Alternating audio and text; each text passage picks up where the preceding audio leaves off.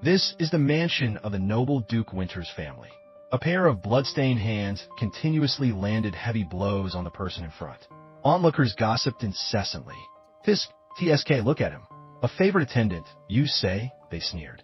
In the end, he's nothing but a plaything. It was a woman, whip in hand, beating the kneeling man until blood splattered everywhere. His entire body was covered in wounds. You insolent cur, she cursed. Covered in injuries, he hung his head. The woman towering over him said, try spouting that nonsense one more time. Using what little strength he had left, he healed his break. In his past as Alex/Alejandro struggled to speak. You clearly said, you said you loved me. Having uttered these words, he collapsed completely. The onlookers resumed their chatter. Oh my, so the rumors were true. She, Evelyn Winter, smirked, a cold, disdainful smile playing on her lips. Love, she laughed boisterously. Ha ha, you actually believe that. Her words, sharp as a knife, pierced his heart. I don't know whether to call you naive or foolish.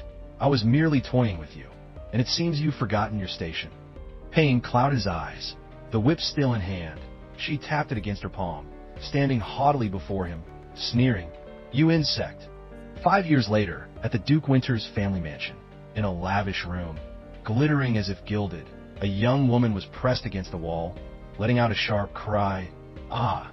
Then, she gently wrapped her arms around the man above her. Ah, darling, I told you we shouldn't do it here. If a madam finds out. Joseph silenced her with a show. Besides, everyone's swamped with work. She added, don't you know that witch's temperament? Knowing her, if we're exposed, we're dead. He pulled the girl, turned her back to him. Turn around a bit. Uncomfortable, she squirmed. Give them again? Why must we do it like this? His eyes gleamed with a wicked intent. It was because they were facing the large wedding photograph of him and his deceived wife, Evelyn Winter, hanging on the wall. You have blonde hair, he said, glancing at the woman, Evelyn, in the wedding photo, who also had blonde hair. Your figure from behind is very alluring. Ah, pervert, she shrieked. He took a few strands of her hair, looking at the nape of her neck. Yes. His face was full of wicked cunning. If it's like this, he mused, looking at his wife's, Evelyn's, wedding photo, then that ice-cold bitch isn't so formidable after all. His eyes glinted with calculation. Someday, that arrogant face of hers will crumble. Suddenly, the door swung open. A woman entered. The two, caught in their embrace, jumped in panic. It was Evelyn Winter, head of the Duke Winter's household. Seeing her, they stammered in terror, and madam. Suddenly, a loud scream echoed through the mansion. Both of them were now covered in injuries. The young woman trembled, pleading, please, madam, spare my life. No, my lady, I have committed a crime worthy of death. Please show mercy. Evelyn Winter's attendant, Isaac, brought a small case and opened it. Evelyn sneered at the girl. Mercy? Admitting you've committed a capital crime and then begging for forgiveness? How absurd. Inside the case was a gun. Evelyn continued, so choose. Between freezing to death slowly on the snowfields. She raised the gun, aiming it directly at them. Or a swift death from a single bullet. Which do you prefer? The young woman, terrified, pleaded incessantly. Please, please, spare me, my lady. I'll never do it again. Only then did the despicable man, Joseph, hastily stammer. I'm afraid this will harm the ducal family's reputation. Seeing Evelyn's expressionless face, he grew fearful. So please be lenient. Evelyn's attendant, Isaac, approached them. Terrified, they hastily pleaded with him. Hey, Isaac, you know my plight, don't you? Please help me. No sooner had the words left Joseph's mouth than the scoundrel was sent flying with a powerful kick. Ugh! He tumbled down the stairs. Ugh! The young woman cried out in alarm. Oh no, Joseph! Evelyn, gun still in hand, remained impassive. Still concerned for my honor? How commendable. In that case, for the honor of House Winter, do me the favor of shutting up and dying. Their eyes filled with hatred at her words. If that's the case, I'll be generous enough to provide golden coffins for you. Her finger was already on the trigger. Well, as they fled, they cursed her. Die, Evelyn Winter. How long do you think that name will protect you? The age of nobility is over. Go to hell, she said coldly, pulling the trigger. The bullet flew towards them as they ran. They managed to escape. She remained composed. She handed the gun back to Isaac. The direct firing range is too wide. Tell them to focus on producing cartridges. He called out, my lady. As she turned to leave, Isaac added, the sea is frozen, so it seems exports will be delayed. She replied nonchalantly, it's hardly a new problem. Give the servant some money. Yes, my lady, he responded quietly. Suddenly, a voice called out, causing her to pause. Little young lady, a servant called out. Young miss, you can't go out there. Evelyn Winter was surprised. It was Sari. The servant, frightened, said, I apologize, my lady, because of the loud noise.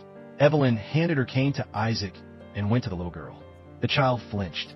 Sari, my little girl, with a soft shoo, Evelyn gently soothed the child. It's all right now.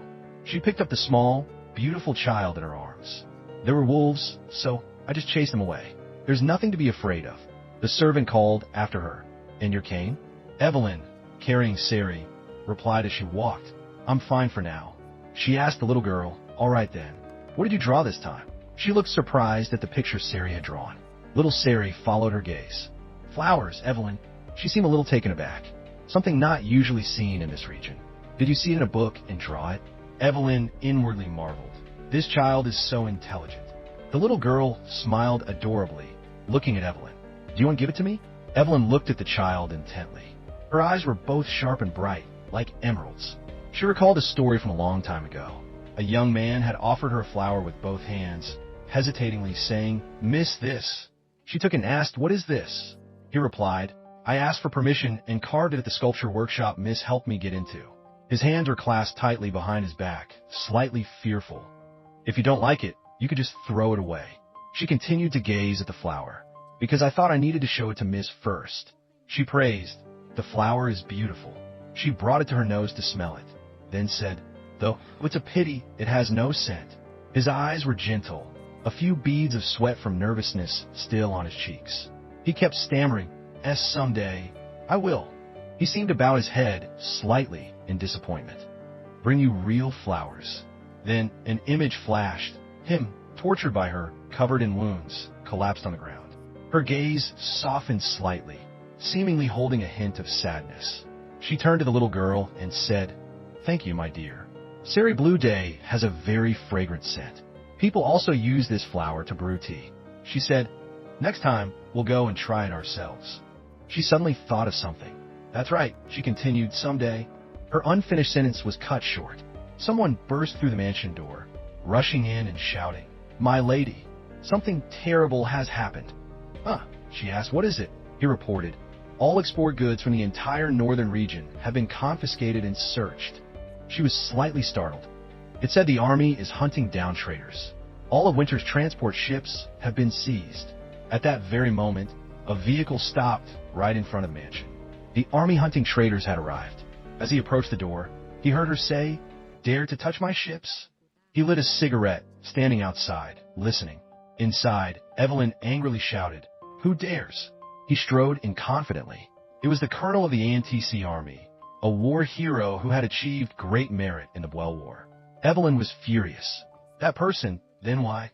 Her subordinate reported, It seems we've been rumored to be responsible for transporting supplies for the enemy nation. He hesitated, slightly afraid. My lady, you must be careful. He had to warn Evelyn to be careful, because that man was a demon. His subordinate asked, Colonel, shall I drag them out? He still had a cigarette in his hand. No, he dropped the cigarette. I must offer my greetings first. He strode in aggressively. The vanguard of guards, all holding guns, rushed in forcefully, making everyone in the mansion, who were already scared moments ago, fear they would be shot. Everyone was terrified. What is this? What's happening? He walked in arrogantly, saying, My apologies for defiling your main entrance. The cigarette was crushed under his foot. Due to my humble origins, I don't have time for things like wiping my shoe soles. Evelyn seemed stunned. He continued, But even an unexpected guest probably wouldn't be treated poorly, would they? She flinched, her eyes wide. His voice still echoed. Isn't that right? Oh, noble ducal family. She remembered the image from 10 years ago. What did you just say? The image of his bloodied hand grabbing her leg, begging, from that year flashed in her mind. He, with a weak breath, had said, You will. What? She had asked. He had spoken in broken, incomplete sentences. Regret this moment for the rest of your life. Eyes full of hatred, tears of pain streaming down. Back to the present. His hat covered half his face. My greetings are a bit late, aren't they? Long time no see. Evelyn was still stunned. The little girl, Sari, was also scared. He called out, Evelyn. Miss Evelyn. Surprised, she asked hesitantly. How did? You? He removed his hat, holding it solemnly to his chest. No, now it should be Madam Winter, correct? His voice rang out, by imperial order, he stated coolly. The Ducal House of Winter is suspected of opening sea routes for an enemy nation and illegally trading military supplies. Inside the Winter Mansion, there was utter panic upon hearing his words. Accordingly, all members of the Ducal family must actively cooperate with the army's investigation to clarify the truth. From this moment on, anyone leaving their position will be considered guilty of treason. The servants were terrified, worried they would be implicated. Treason? What does that have to do with us? We didn't know anything. At the last sentence, Gila's Brake slammed his cane on the floor, making everyone jump, and will be arrested and handed over to the military tribunal. The sound of sobbing began. Hick! Evelyn Winter snapped. No noise. If you disgrace the family's honor with careless talk, I will absolutely not tolerate it. She called a servant and went upstairs. Bring the tea, I usually drink up here. The servant, terrified, stammered, yes. Evelyn's face was stern, tinged with anger. Gila's Brake was standing on the landing, looking down as she ascended. He still held a lit cigarette. She looked towards him and continued up, regarding the constitutional monarchy of ANTC. This nation survived among larger countries thanks to the formidable military power of the royal family. However, as continuous wars claimed many civilian lives and the era of industrial development gradually blurred class distinctions, dissatisfaction with the royal family and aristocracy grew increasingly profound. At this time, a hero emerged like a shining star, Gila's Brake. His background was shrouded in mystery, his birthplace unknown. He was like a black monster, likened to a demon of the battlefield, a dirty mercenary. It was as if he were merely a pawn set up to appease the angry populace. But in truth, he always held victory in his grasp. He was reborn as a war hero from the commoner class, seen as the hope of the people and the future of ANTC. Now, in the room with only Gila's Brake and Evelyn, he asked her, "Where is Logan Winter?" Evelyn, holding her teacup, retorted, "Who?" He repeated, "Logan Winter." She looked skeptical. "It seems you're asking about my husband's whereabouts." She spoke with disdain. "Are you illiterate? How can an idiot who can't even read become a war hero?" The attendant beside him, angered, "How dare you?" Gila's Brake stopped him. "Of course," he said. "The investigation documents state he is deceased." His face was firm and certain. "But there's no body." Her lips trembled. The teacup in her hand paused. She seemed a little apprehensive. "Are you now saying you desecrated my husband's grave?" He looked at the papers he had brought as evidence. Although it was a disrespectful act, given the current situation, there isn't just one or two suspicious points. 10 years ago, Madame married Logan Winter, and only 3 years later, they were separated by a train accident. Truly a tragedy. His gaze was sharp. "But the grave of Logan Winter, it's truly empty. There's no body inside," he stated. "No witnesses and no trace of a body. It's illogical." He threw the evidence he had onto the floor. And then, the source of funds for the past 7 years doesn't match the ledgers. The husband disappeared along with the origin of that money. Gila's Brake was very cold and stern. "I'll get straight to the point, madam. Did you fake Logan Winter's death and secretly plot treason?" She froze, her eyes wide, staring at him. Then she burst out laughing. "Ah, such a serious opening. I was wondering what you were going to say." She spoke contemptuously, "But it's too absurd. You should be writing novels instead of being a soldier." Angered, he stepped on the scattered papers on the floor. "Then let me rephrase the question." He walked past her, glancing at her. "What is the reason for Madame remaining a widow for 7 years? Surely, you must have had many opportunities to remarry." She took a sip of tea and answered simply with 3 words. "Because I love him." He stood with his back to her, but his eyes still darted a glance at her. She looked in her teacup and continued, "I will love him forever." He laughed coldly. "Huh." He laughed louder. "Ha! How interesting." He covered his mouth, his eyes cold, speaking sarcastically. "The love of a demon? Madame is the one who should become an author." She put her teacup down. "Is that so?" She picked up the teacup and poured it over his head. "I don't find it interesting at all." His attendant, enraged, shouted, "You! and then, alarmed, called out, "Colonel!" Evelyn, unafraid, lining up soldiers, blocking my way, and threatening me? You think that will scare me? She stood before him, unfazed. "Bring concrete evidence. Don't insult my deceased husband." With that, she threw the cup in her hand to the floor, coldly opened the door, and left. "I don't have time to play family games with you. Get out." He wiped the tea from his face and hair with his hand. As she left the room and was heading up further into the mansion, she suddenly stopped. She saw little Sari still standing there. "Sari," she asked, "you must have been very scared, right?"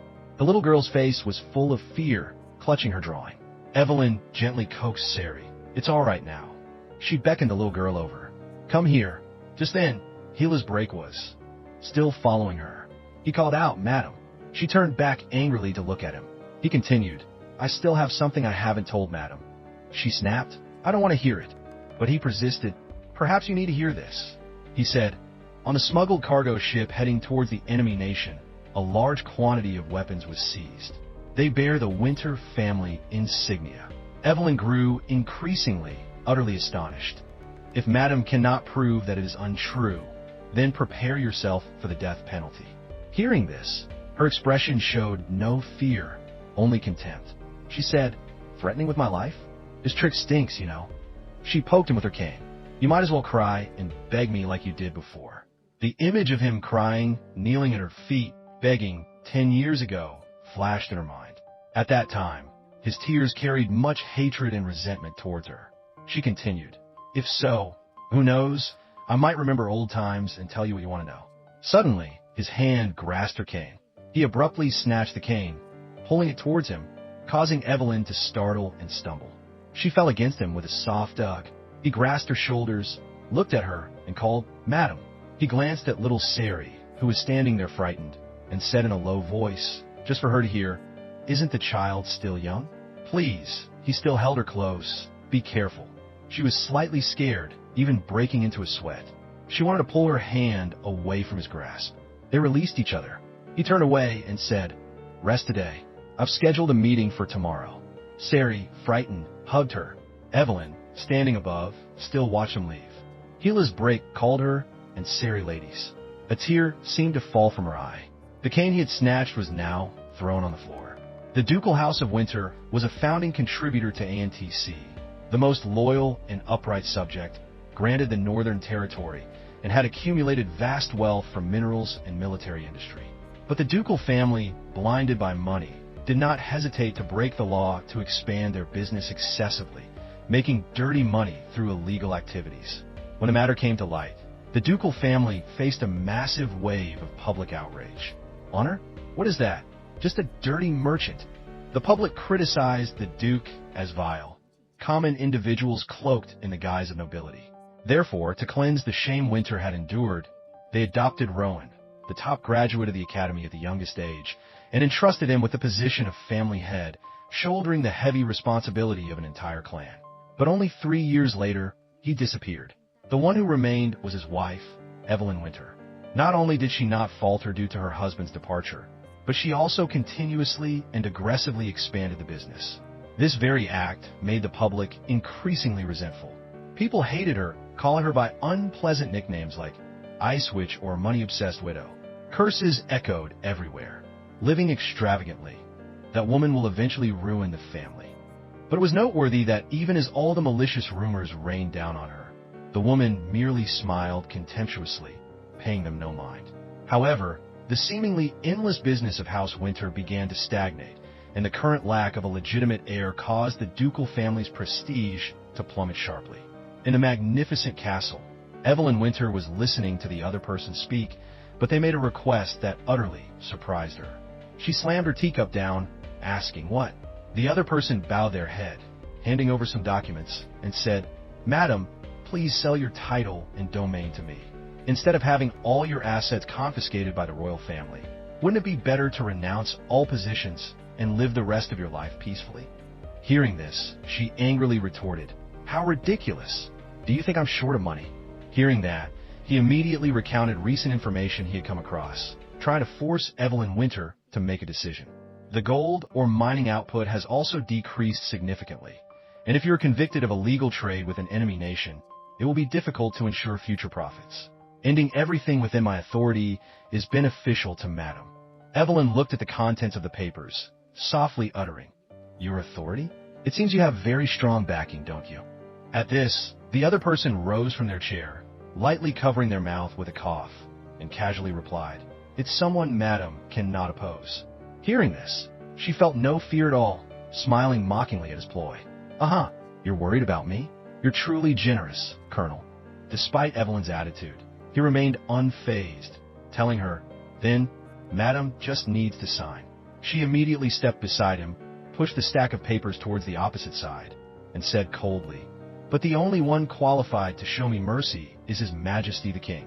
Not stopping there, she bluntly questioned him, "How dare you presume to override royal authority and raise issues that sound so reasonable, huh?"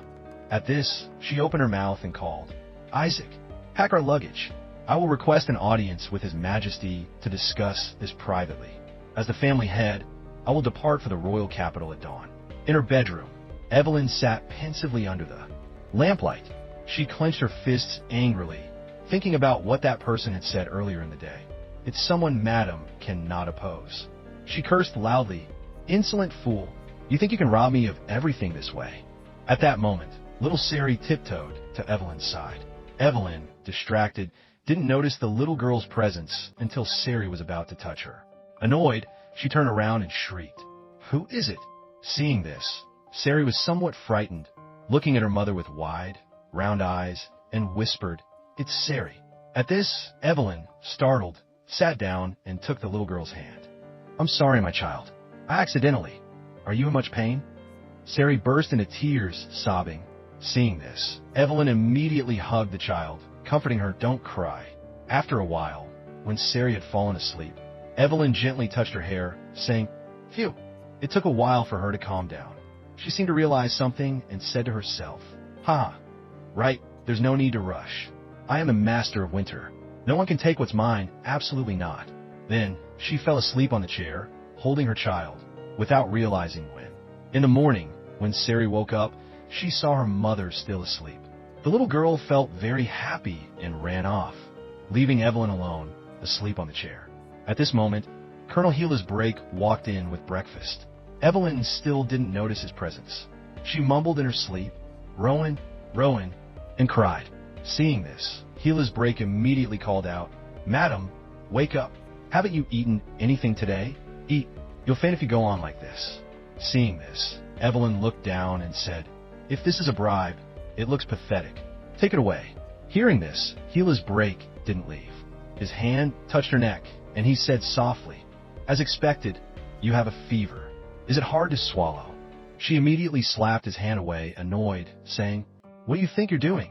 He said softly, "Since long ago, whenever you weren't feeling well, you wouldn't eat anything.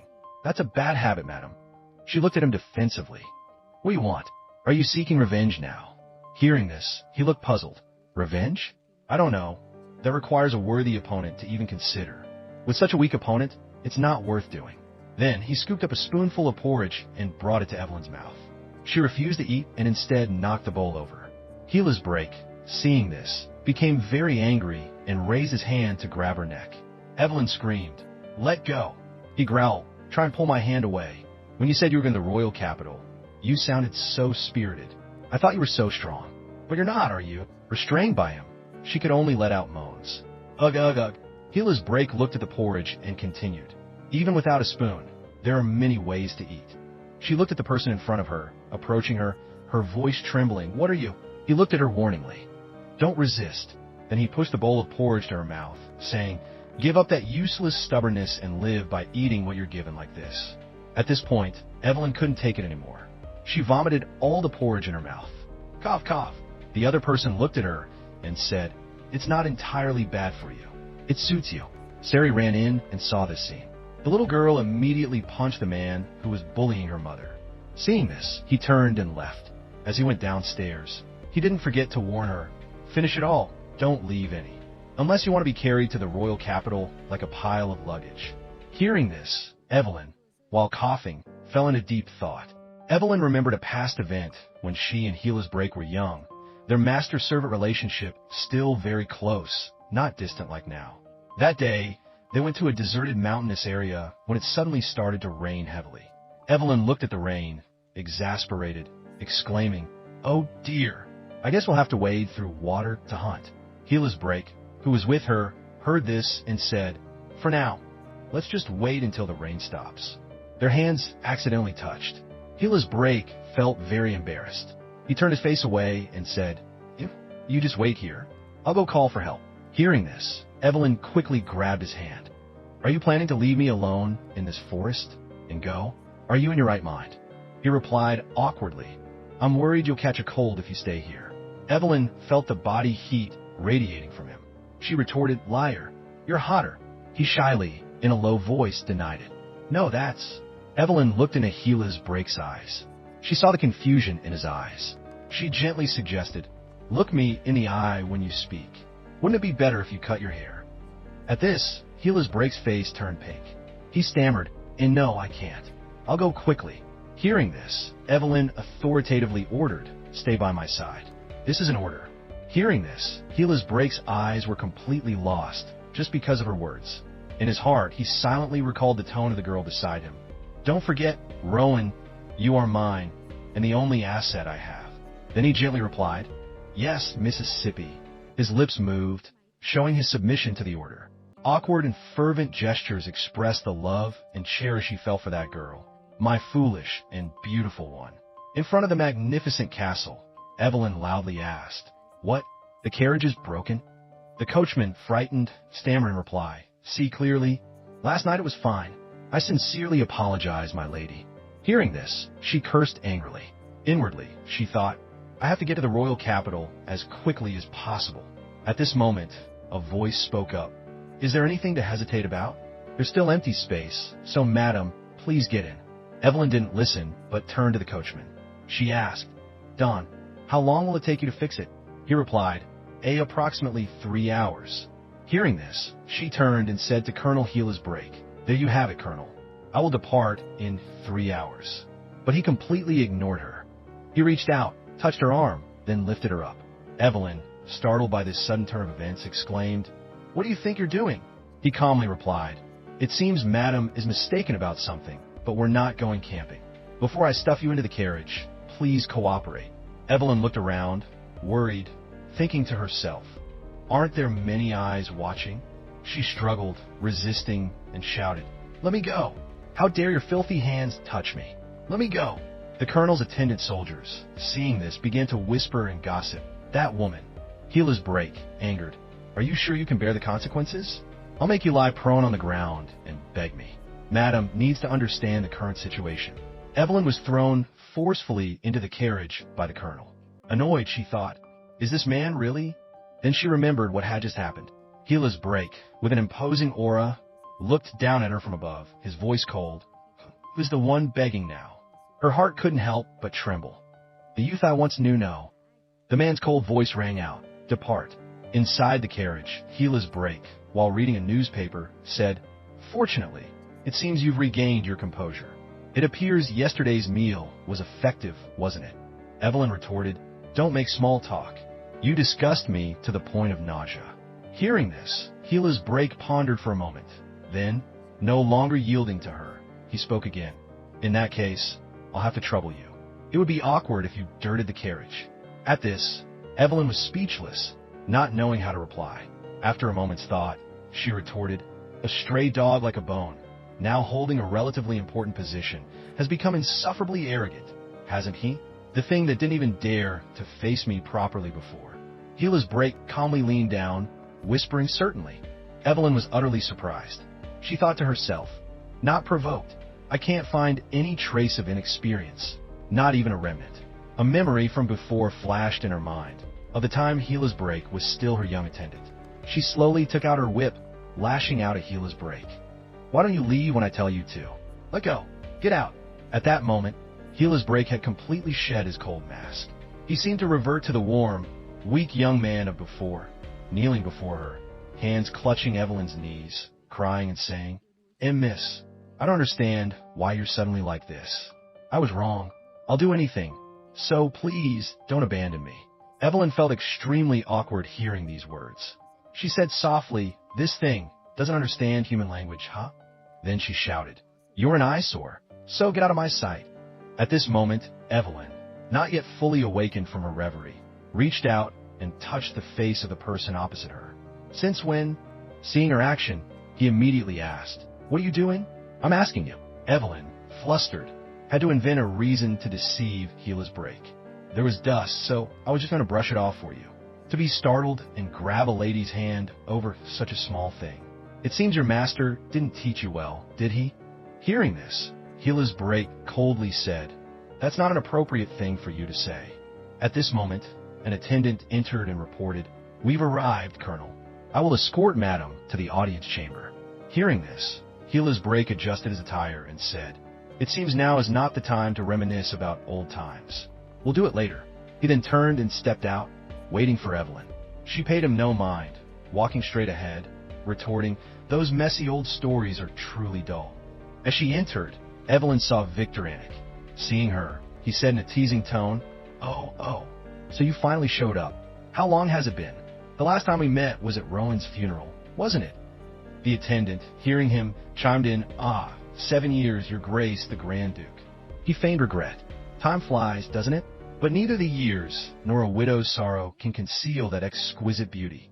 Finally, will the ice rose of ANTC fall into my hands. The magnificent hall, adorned with brilliant, solemn gold. Evelyn and Gila's break walked with an air of unhurriedness.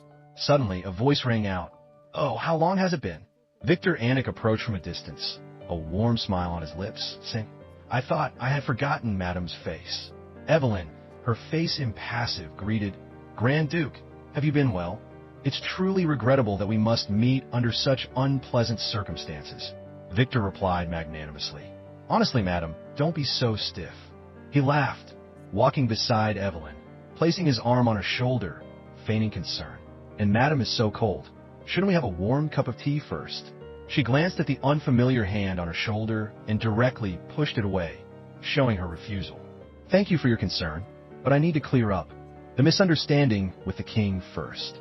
Victor didn't seem angry at Evelyn's action at all, but rather said, "That misunderstanding? My brother, no.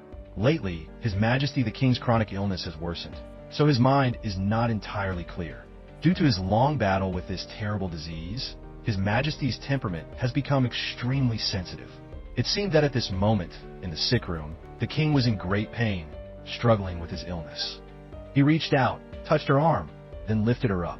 Evelyn, startled by this sudden turn of events, exclaimed, "What do you think you're doing?" He calmly replied, "It seems Madam is mistaken," reached out, touched her arm, and then swept her up into his arms. Evelyn, startled by this sudden turn of events, exclaimed, "What do you think you're doing?" He calmly about something, "But we're not going camping. Before I stuff you into the carriage, please cooperate." Evelyn looked, replied, "It seems Madam is mistaken about something, but we're not going camping. Before I stuff you into the carriage around," worried, thinking to herself, "Aren't there many eyes watching?" She struggled, resisting, and shouted, "Please cooperate." Evelyn looked around, worried, thinking to herself, "Aren't there many eyes watching? Let me go. How dare your filthy hands touch me? Let me go." The colonel's attendant, she struggled, resisting, and shouted, "Let me go. How dare your filthy hands? Let me go now." Soldiers, seeing this, began to whisper and gossip. "That woman." Gila's break, angered, "Are you sure you can bear the consequences? I'll make you lie prone on the ground and beg me." Madam needs the colonel's attendant soldiers, seeing this, began to whisper amongst themselves, "That woman." Gila's break to understand the current situation. Evelyn was thrown forcefully into the carriage by the colonel. Annoyed, she thought, angered, said, "Are you sure you can bear the consequences? I'll make you lie prone on the ground, and this man, really?" Then she remembered what had just happened. Gila's break, with an imposing aura, looked down at Begme. Madam needs to understand the current situation properly. Evelyn was thrown forcefully into the carriage by the colonel. She heard from above, his voice cold, "Who is the one begging now?" Her heart couldn't help but tremble. The thought angrily, "Is this man really?" Then she recalled what had just happened. At that time, Gila's break youth I once knew. No. The man's cold voice rang out, "Depart." Inside the carriage, with an imposing aura, looked down at her, his voice cold. "Who needs to beg now?" Her heart couldn't heal his break, while reading a newspaper, said, "Fortunately, it seems you've regained your composure." It helped but tremble. "The young man I once knew, no." The man's cold voice rang out. "Depart appears yesterday's meal was effective, wasn't it?" Evelyn retorted, "Don't make." Inside the carriage, Gila's break, while reading a newspaper, said, "Fortunately, it seems you regained your small talk. You disgust me to the point of nausea." Hearing this, Gila's break pondered for a moment, composure. "It appears yesterday's meal had some effect, hmm?" Evelyn retorted, "Don't make then." No longer yielding to her, he spoke again. "In that case, I'll have to trouble you. It's such absurd small talk. It makes me nauseous." Hearing this, Gila's break pondered for a moment, then, "Would be awkward if you dirted the carriage." At this, Evelyn was speechless, not knowing how to reply. After no longer deferential toward her, he spoke again. "In that case, I'll have to trouble you." In a moment's thought, she retorted, "A stray dog like a bone, now holding a relatively important position, has become insufferably arrogant, hasn't he? The thing that didn't even dare to face me properly would be awkward if you dirted the carriage." At this, Evelyn was speechless, not knowing how to reply. After before, Gila's break calmly leaned down, whispering, "Certainly." Evelyn was utterly surprised. She a moment's thought, she retorted, "A stray dog like a bone, now holding a relatively important position, has become incredibly arrogant, hasn't he? The thing that didn't even dare to face me properly before." Thought to herself, "Not provoked. I can't find any trace of inexperience, not even a remnant." Ahila's break calmly leaned down, whispering, "Indeed, it is so." Evelyn was utterly surprised. Memory from before flashed in her mind, of the time Gila's break was still her young attendant. She slowly took out her thinking to herself, "Not provoked. I can't find any trace of inexperience, not even a hint left whip," lashing out at Gila's break. "Why don't you leave when I tell you to?" Left behind, a fragment of a memory from before surfaced in her mind, about the time Gila's break was her attendant. "She go. Get out." At that moment, Gila's break had completely shed his cold mask. He seemed to revert slowly, took out her whip, lashing it towards Gila's break.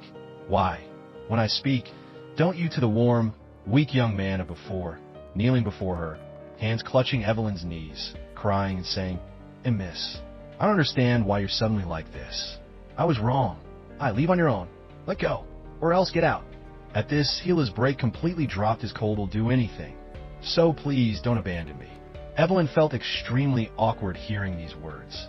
Masked, he seemed to revert to the warm, weak young man from before, kneeling before her, hands clutching Evelyn's knees. She said softly, "This thing doesn't understand human language, huh?"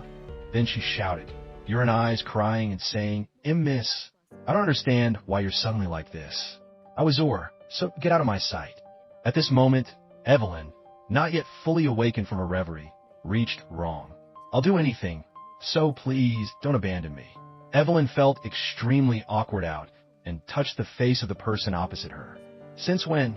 Seeing her action, he immediately asked, "What are you doing?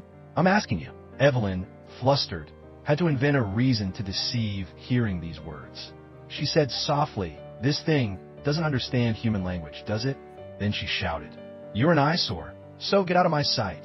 At this moment, Evelyn, Gila's break. There was dust, so I was just going to brush it off for you. To be startled and not yet fully awakened from her reverie, reached out and touched the face of the person opposite her. Seeing her action grab a lady's hand over such a small thing. "It seems your master didn't teach you well, did?" he immediately asked. "What are you doing?" "I'm asking you." Evelyn, flustered. Hearing this, Gila's break coldly said, "That's not an appropriate thing for you to say." Had to invent a reason to deceive Gila's break. There was dust, so I was just going to brush this moment. An attendant entered and reported, "We've arrived, Colonel. I will escort Madam to the audience at off for you." To be startled by such a small thing and grab a lady's hand. "It seems your master chamber." Hearing this, Gila's break adjusted his attire and said, "It seems now is not the time that didn't teach you well." Hearing this, Gila's break coldly said, "That's an reminisce about old times. We'll do it later." He then turned and stepped out, waiting for Evelyn. "Inappropriate thing for you to say." At this moment, an attendant entered and announced, "We've arrived." Colonel She paid him no mind, walking straight ahead, retorting, "Those messy old stories are truly dull." As she, "I will escort Madam to the audience chamber." Hearing this, Gila's break adjusted his uniform. Since it entered, Evelyn saw Victor Anik. Seeing her, he said in a teasing tone, "Oh. So, seems now is not the time to reminisce about old times. We'll do it later." Then he turned and stepped. "You finally showed up. How long has it been? The last time we met was at Rowan's funeral, wasn't it out, waiting for Evelyn?" She paid him no mind, walking straight ahead, retorting, "Those messy old stories?" The attendant, hearing him, chimed in, 7 years, Your Grace the Grand Duke. Here truly bland. Upon entering, Evelyn saw Victor Anik. He saw her and said in a mocking tone, "Oh, feigned regret. Time flies, doesn't it? But neither the years nor a widow's sorrow can You finally appeared. How long has it been? The last time we met was at Rowan's funeral. Conceal that exquisite beauty. Finally, will the ice rose of ANTC fall into my hands?" The magnificent hall, wasn't it? The attendant, hearing him, chimed in, 7 years, Your Grace adorned with brilliant, solemn gold." Evelyn and Gila's break walked with an air of unhurriedness. Suddenly, a voice rang, the Grand Duke. He feigned regret. "Time flies, doesn't it? But neither the year's out. Oh, how long has it been?" Victor Anik approached from a distance, a warm smile on his lips, saying, "Nor a widow's sorrow can hide that exquisite beauty. Finally, will the ice rose of ANTC fall in my hands? I thought I had forgotten Madam's face." Evelyn, her face impassive, greeted, "Grand." The splendid hall was adorned with brilliant, solemn gold. Evelyn and Gila's break walked with an air of unheard. "Duke, have you been well? It's truly regrettable that we must meet under such unpleasant circumstances." Victory, composure. Suddenly, a voice rang out, "Oh, how long has it been?" Victor Anik approached from a replied magnanimously, "Honestly, madam, don't be so stiff." He laughed, walking beside Evelyn, distance a warm smile on his lips, saying, "I almost thought I'd forgotten Madam's face." Placing his arm on her shoulder, feigning concern. "And Madam is so cold. Shouldn't we have a warm cup?" Evelyn, her face impassive, greeted, "Grand Duke, have you been well? Bit of tea first?" She glanced at the unfamiliar hand on her shoulder and directly pushed it away, showing her refusal. "Thanks, truly regrettable to meet you under such unpleasant circumstances," Victor replied magnanimously. "Honestly, madam, don't you for your concern, but I need to clear up the misunderstanding with the king first." Victor didn't seem angry, be so stiff. He laughed, walking beside Evelyn, placing his arm on her shoulder, feigning concern. Not Evelyn's action at all, but rather said, "That misunderstanding? My brother, no, madam. You're cold. Shouldn't you have a warm cup of tea first?" She glanced at the lately, His Majesty the King's chronic illness has worsened, so his mind is not entirely clear. Due to his long battle, unfamiliar hand on her shoulder, and then directly pushed it away, showing her refusal. "Thank you for your concern, but I need with this terrible disease. His Majesty's temperament has become extremely sensitive." It seemed that at this moment, and to clear up a misunderstanding with the king first. Victor didn't seem angry at Evelyn's action at sick room. The king was in great pain, struggling with his illness. Instead, he said, "That misunderstanding. My brother. No, recently His Majesty the King's chronic illness has worsened, so his mind isn't entirely clear. Due to his long battle with this terrible illness, His Majesty's temperament has become extremely sensitive." It seemed that, at this moment, in the sick room, the king was in immense pain, struggling with his illness. Victor, still smiling kindly, said, "So, even a small misunderstanding could harm Madam. I'm truly worried." The two of them exchanged glances filled with hidden meanings and their own calculations. Then, Evelyn placed her hand on her chest, adopting a submissive expression like a calla lily, and said, "Thank you for your concern, but I will not let the Grand Duke become someone. So please rest assured." Victor seemed to have sensed something. He said, "I hope so too.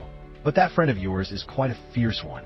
As Victor spoke, he gestured towards Gila's break, who had been walking silently behind them, intending to change the subject.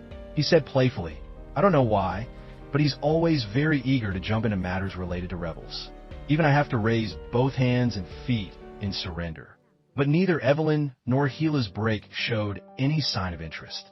Victor, unaware of the close relationship between the two, wondered, "Did you two greet each other on the way here?" He affectionately put his arm around Gila's break's shoulder and continued, "This is the hero who saved me in the fierce battle of Buell. I had to spend a lot of effort and money to sort out his being a mercenary and transfer him to my legion. Gila's break raised his hand to remove his hat as a greeting while Victor was still chattering on. This fellow always pursues the enemy to the very end, so I can't allow him to serve anyone else. It seemed Gila's break intended to play along with this prearranged script. Victor seemed to value this attendant greatly, patting his shoulder affectionately and saying he still has his old habits, so I was worried if he was discourteous to Madam on the way. Hearing this, Evelyn tilted her head slightly and poured out a stream of compliments. No, not at all. I never dreamed the colonel came from a mercenary background. I don't know how he can have such a gentlemanly demeanor. While I was escorted, I always felt like I was walking on clouds. Across from them, Victor was silently observing Gila's break's attitude. Evelyn continued her shower of praise. Just thinking that the future of ANTC will be led by these two exceptionally outstanding gentlemen truly moves me to tears. She smiled, raising her hand to her eyes as if to wipe away flowing tears. Suddenly, a servant stepped out, bowed, and announced, "His Majesty the King summons Madam." Seeing this, Victor called out, "Wait a moment, Madam." He reached out, placed his hand on Evelyn's shoulder, and with a sorrowful face, consoled her. "You don't need to try so hard. Don't think you'll lose face. Madam can rely on me anytime." He raised his hand to brush aside a few strands of hair from her cheek, saying, "Because the stains of the past just need to be wiped clean." With that, he gave an incredibly trustworthy smile. Evelyn didn't even bother to glance at him. She suddenly uttered words that seemed unintentional, but were actually very harsh. "So, that's why you kill my husband?" Victor's eyes immediately widened, speechless. Before he could say anything, the door to the room opened. Before entering, Evelyn turned back, smiled, and said, "I've had enough." The door closed on the silence of the two, master and servant, Victor and Gila's break. In a lavish room, the bed was veiled by a dim, black curtain, making it difficult to see clearly inside. The king coughed, but still managed to ask, "Madam Winter, is that you?" She replied, "Yes, your majesty." A hand emerged from behind the curtain. On the pale skin were countless purple, mottled birthmarks. He kindly said, "Come here. Come closer to me." Evelyn looked slightly surprised at the king's condition. She approached, took his thin hand, and placed a kiss upon it with all her respect. Evelyn slowly said, "Please forgive this unfaithful servant, your majesty, for not being able to see you sooner." In another room, objects were sent flying, making jarring sounds. Victor, furious, clenched his fists, muttering, "Damn woman." Seeing her still so arrogant, she must still have some support. It seemed he had just vented his anger on the room's decorations. The servants were still busy cleaning up the battlefield nearby. Only Gila's break remained composed, enjoying wine beside a chessboard. Victor continued talking to himself. How could it be such an easy death? The image of a man appeared in Victor's mind. Logan Winter. That bastard is definitely still alive. Back with the king, he was slowly reminiscing with Evelyn. "It seems this is the first time we've spoken privately since his funeral, isn't it?" She nodded. "Yes, your majesty." He sighed. "Truly an outstanding young man. I thought he would be a talent to lead ANTC to glory, but it's truly a pity." The person behind the curtain hesitated. Victor has great ambition. When he was studying at the academy, Logan always took the top spot from him, so he saw Logan as a thorn in his side. An image of two young men in academy. Uniforms appeared. Logan's expression at the time was unclear, but Victor's clearly showed hatred and jealousy. The king continued, "I've heard about the trouble you've encountered. It's Victor's scheme. He probably wants to threaten you to cut the ground from under your feet." Hearing this, Evelyn merely sank in her own thoughts. The voice from behind the curtain continued steadily, "Don't confront Victor head-on. You'll be overwhelmed on your own." Suddenly, Evelyn spoke up. "Logan being gone doesn't mean it's the end for House Winter." The king, surprised, looked at the determined eyes of the madam before him and asked, "What do you mean?" Outside, arrogant words still echoed. "You know, Break, you have to find him. Even if it's just a corpse, you must find it. I'll tear it into pieces in front of that woman." Victor grimaced and shouted, while still having his arm around Gila's Break's shoulder. "Don't you forget who you owe for today," he continued. Gila's Break sat as still as a statue, replying, "Of course I won't forget." Victor turned and said, "I need to give you a portrait of Logan Winter, right? Hey, go my study and..." But before he could finish, Gila's Break interrupted, "I know." He turned, looking clearly suspicious. "No. How do you know?" Gila's break calmly replied, because I've met him before. Victor walked over, nudging him with his elbow, feigning surprise. Oh, you had the pleasure of meeting him? The more I learn about you, the stranger you seem. Gila's break said nothing, merely staring thoughtfully at his wine glass. He swirled the red liquid. The portrait too. I've looked at it so much it seared into my eyes. Old memories were dredged up. A basin filled with water, diluted by bright red. The young man's hand holding the hilt of a. Gila's break remembered himself from before, biting his lip, tears welling up. Because I painted that portrait, he thought. A painting with dark colors, depicting Madame Winter, Evelyn, and her husband, Logan, in white formal attire, hand in hand. A magnificent wedding portrait, and the artist could only kneel before it in despair. Back to the present, an old saying was repeated. All the assets and glory of the Winter family belong to the living. Evelyn placed her hand on her chest, continuing firmly. As long as I exist, the final bulwark of ANTC, House Winter, will always remain intact. Please, Your Majesty, give me a chance to restore your trust. Two people, two destinies, but both made a vow to themselves. Gila's break frowned, raising his wine glass to his lips, his voice tense. I will definitely find out. Evelyn held her head high, affirming, I will prove it to Your Majesty. The doors of the opulent palace opened. Evelyn walked out with her attendant, her face calmer than ever. A voice made her glance over. Madame's complexion isn't very good, is it? Victor stood at the bottom of the stairs, inquiring, was the conversation not smooth? In the air, snowflakes drifted. The attendant spoke up instead. The king has ordered Madame to be escorted directly back to the mansion. Ah, Victor exclaimed. Honestly, issuing an order to dismiss a guest. For a widow who doesn't even have a carriage to return in? His Majesty is truly thoughtless. He walked step by step towards Evelyn. A hand was extended with an offer. Let me take Madame back to the mansion. Evelyn remained silent, her eyes reassessing the man before her. Victor Anik, born the son of a concubine in the harem, but after enlisting, had consolidated his position. Not satisfied with the title of Grand Duke, for this man who thirsted for the throne.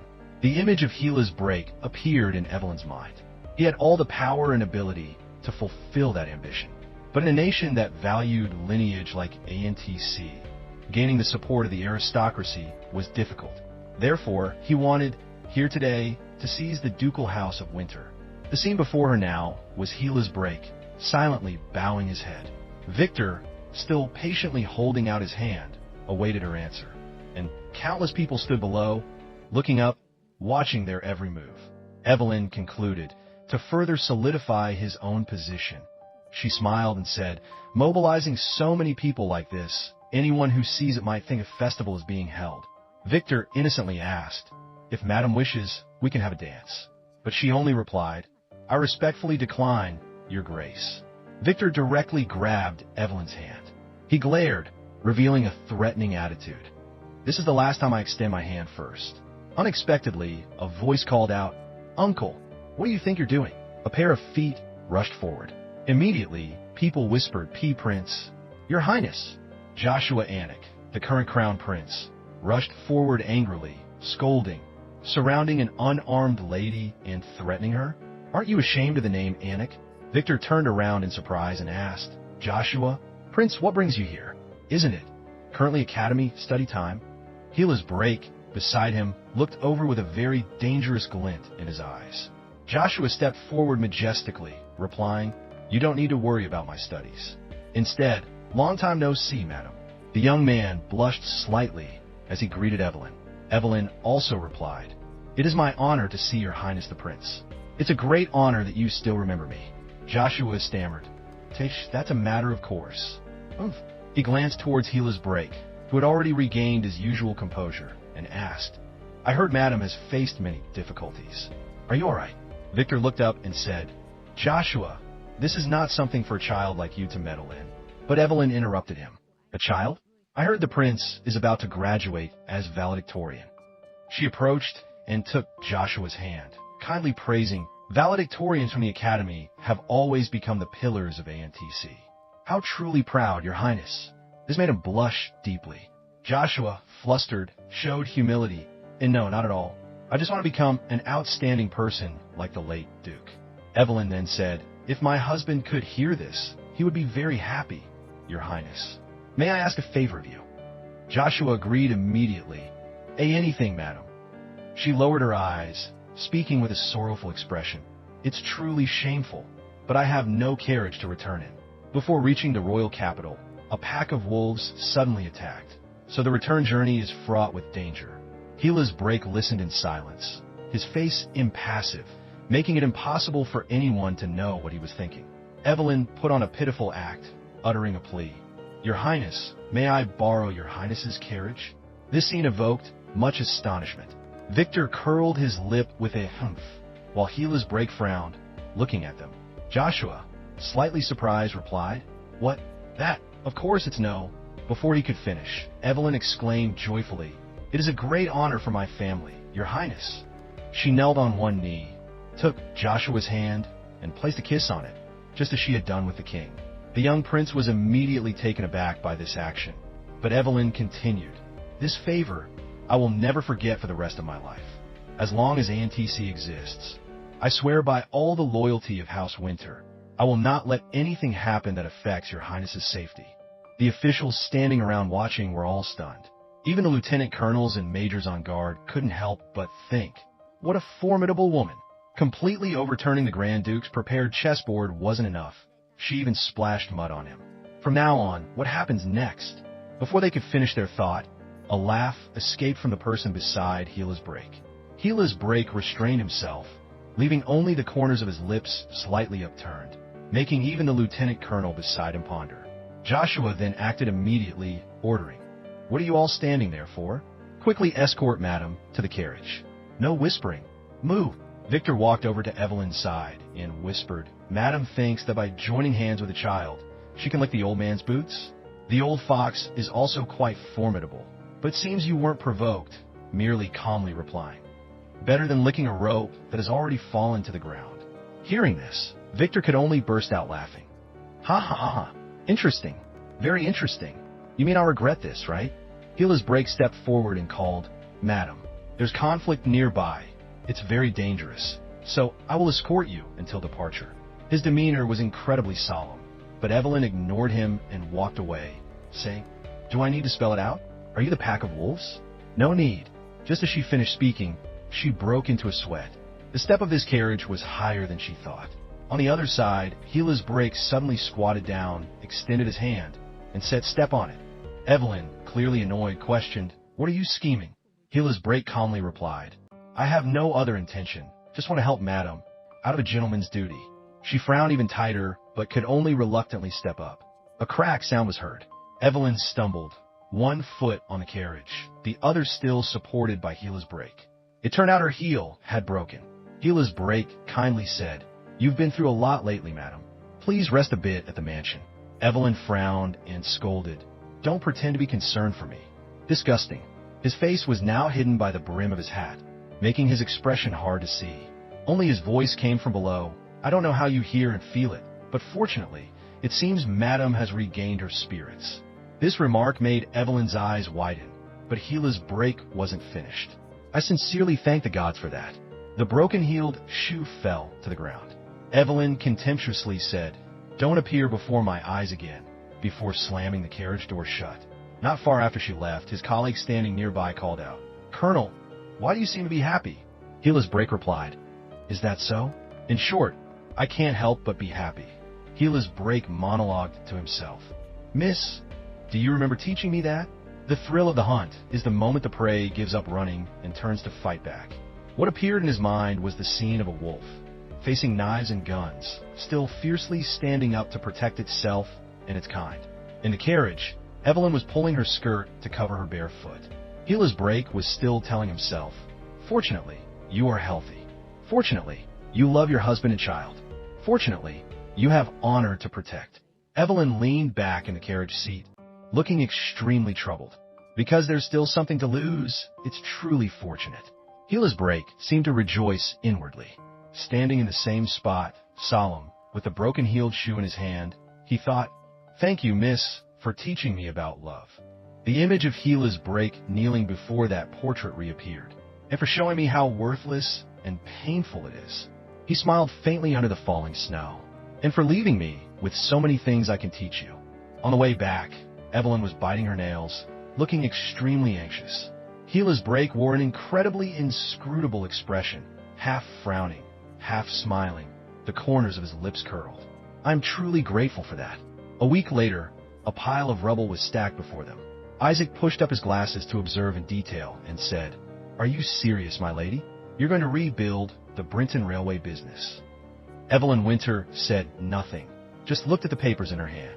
She thought, or rather, the Brinton project, replacing the sea route that always freezes every winter, connecting directly to Brinton, which has large-scale mineral reserves located right on a map she was holding. The distance between ANTC, the Winter Territory, and the Brinton mineral mine was considerable. Evelyn Winter continued to think the plan to build a railway over the sea and expand trade. The person who proposed and managed this project was Rowan Winter. The railway was successfully built amidst everyone's anxiety and anticipation. But whether it was due to a flaw in the design or an enemy nation scheme, because of an explosion on the opening day, the Brinton project was suspended. Isaac, standing beside her, continued her thoughts. The previous Duke also failed. The risk is too great, madam, and the surrounding nations might also threaten us. Perhaps there really is a flaw in the design. She immediately corrected Isaac's words. You talk too much, Isaac. The design is perfect. And Evelyn Winter immediately remembered that memory. Flashback to the past. A person in a curtained bed spoke, become Rua's guardian. Evelyn Winter knelt before that person.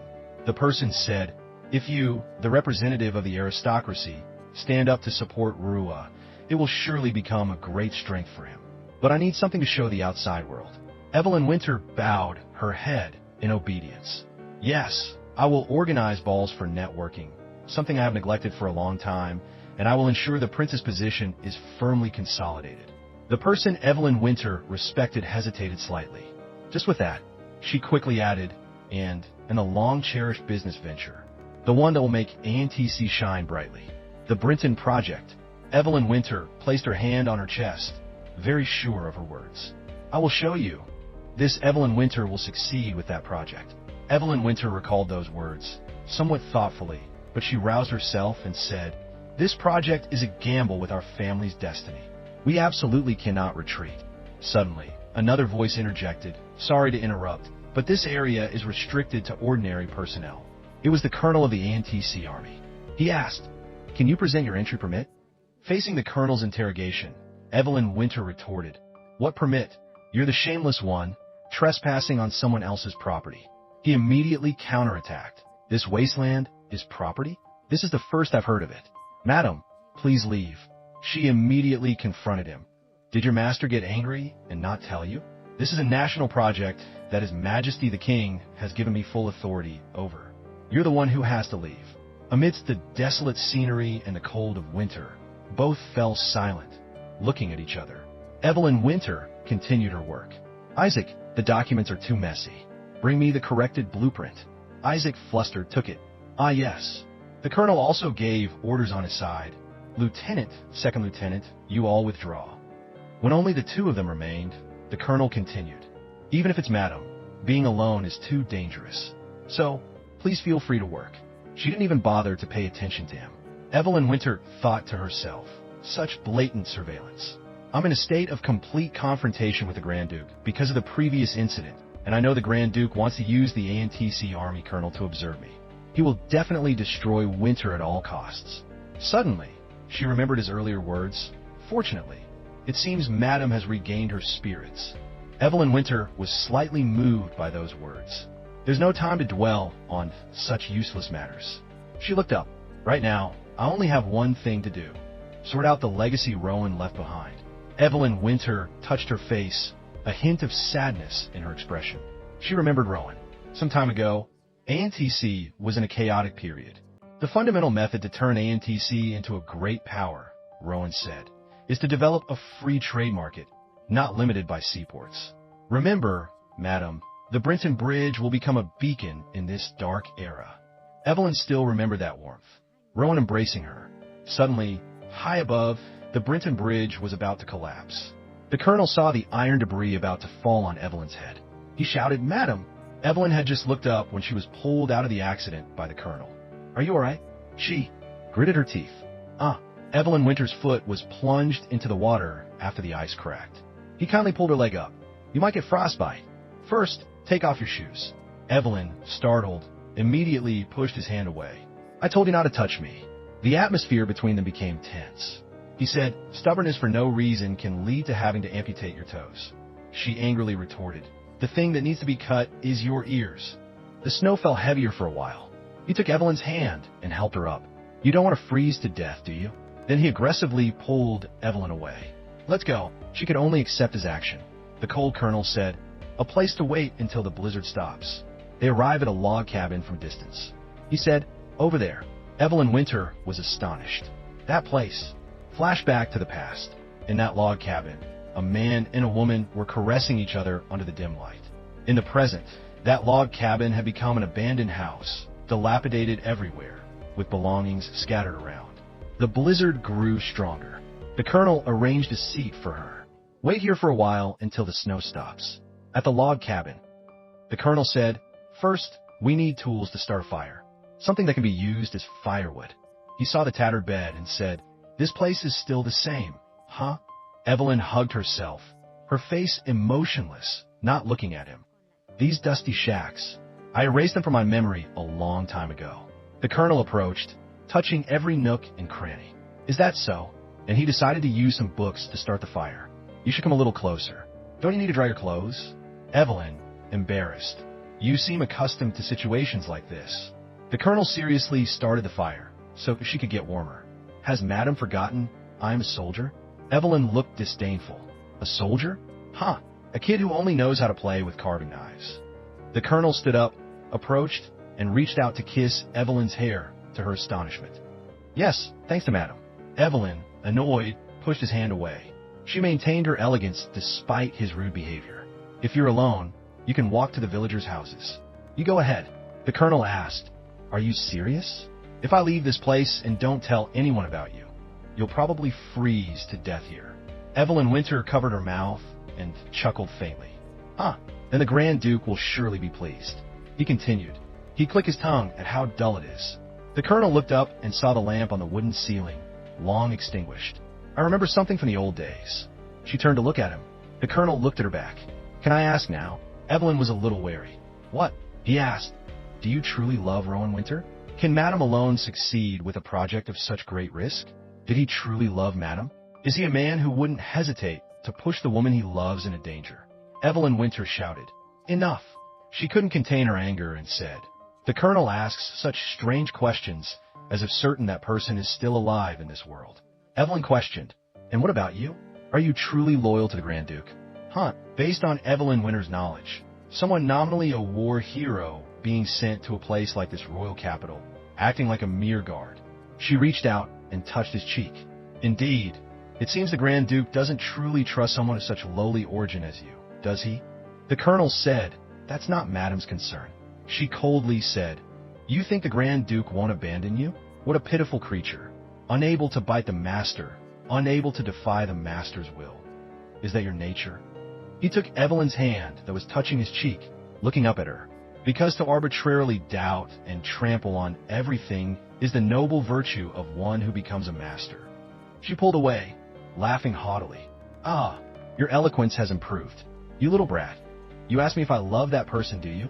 Evelyn Winter glared at the colonel, affirming, "That is a matter of course. A noble destiny blessed by the gods." She grabbed his collar, forcefully warning, "It's not something you can casually disrespect." He showed no expression, still concernedly guiding her to sit near the fire, his eyes again drawn to the chandelier and the dilapidated old bed. "Even though that day, you committed an illicit act in this very place." He glanced at her demeanor, like the one still wearing a white wedding dress at the ceremony. Evelyn couldn't help but resist and stood up. He continued, "Shamelessly, in front of the priest, affirming your purity and reciting vows of love before everyone." She trembled with anger. "Shut up." But the colonel continued, with those lips that only know how to spew lies. Evelyn slapped the colonel across the cheek. "I told you to shut up." But he had no intention of stopping. Madam will surely not reach heaven. Evelyn slapped him again, her attitude contemptuous. The pathetic state of clinging to this filthy past of yours, vile. It seemed the 2 consecutive slaps were quite forceful, as there was a bruise on his cheek and his lip was bleeding. The colonel wiped his lip with his finger, then caressed Evelyn's lips. I still haven't shown Madam my vile state. He lightly smeared his blood on her lips. Her eyes were terrified by this action. He then pinned her down.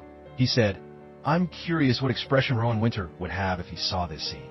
Evelyn lunged forward, directly grabbing the colonel's throat, furious. It would be good for you to confirm it directly in the afterlife. The colonel looked at her coolly. Unfortunately, now is not the time for that. He reached into his inner coat and took out a gun he had hidden. There's no place for someone of lowly origin. Evelyn Winter was stunned. He pointed the gun straight at her, continuing to interfere in a noble marital relationship. Evelyn Winter was motionless, not daring to move, looking at him, pointing the muzzle of the gun at her. The grotesque painting was still there. After finishing the portrait, I thought about just running away. Suddenly, her master approached. Don't think you can leave my side without my permission. Heela's Break's master stood at the door, soaked to the bone from the rain. Evelyn Winter grabbed his collar. And don't even think about running away. She placed a kiss on his lips, arbitrarily sharing your breath with me. Coaxing me. Wasn't it you, miss? After taking control of my entire life, you then grant me such tragic freedom? Heela's Break was abandoned in the rain. He resolved, getting up, then I will live. Stumbling as he walked, he thought with deep resentment, if Miss wishing me to live wasn't a lie, I will live to take revenge on you. Now, on a battlefield full of gunfire. 11 o'clock. Damn it. We have to hold out until reinforcements arrive. Heela's Break said to another Heela's Break, thanks to you, I managed to stay alive. He looked at Heela's Break. This is the first time I've seen you. What's your name? Suddenly, Heela's Break paused, reminiscing about the past. Name? He remembered when Evelyn Winter had first taken him in. He had neither a surname nor a given name. How bland. Then let me give you one. Heela's Break. He replied, surely, Survivor is the name of a lowly person who has been abandoned several times in this world. To end and survive, surely then one could point a gun at someone. The scene shifts to a snow-covered landscape. What is it? Henry, startled. What is it, Lieutenant? Beside him, the lieutenant looked into the distance. It's in that direction. Go quickly. Report back to headquarters, Lieutenant. The lieutenant, calmly putting his hat back on, don't make a big deal out of it, Second Lieutenant Henry. He walked away, leaving Henry bewildered. Call the carriage. The Winter family's telephone was ringing incessantly. The butler answered. Winter household, Maria Winson speaking. The master is not currently at home. The other side replied, a pleasure to meet you, Mrs. Winson. Are all the Winter family members usually so curt? It truly is no gain sending gifts. The butler, confused, asked, excuse me? Who did you say you are? Suddenly, the butler flinched. The person on the other end of the line chuckled. Ah, they must have arrived. Isaac, what happened? Where's the master? The butler was worried, seeing him return covered in wounds. He trembled weakly. On the way back, I was ambushed by masked men, and all the documents were stolen. I have no face to see anyone. Isaac collapsed. But right now, the master is alone. A royal contingent arrived with a letter. It's a message from His Grace, the Grand Duke. Everyone was stunned. His Grace, the Grand Duke? Over here, Evelyn Winter, startled by the sound of a gunshot, looked bewildered. It's a signal flare. Were you startled? Heela's Break said. His servants had now arrived at the door. Colonel, we're here to escort you. Let's go. I'll take Madam back to the mansion. Evelyn glared at him. You foolishly threw away your chance with your own hands, Colonel. Now, there will be nothing left to do. So it's a pity for you.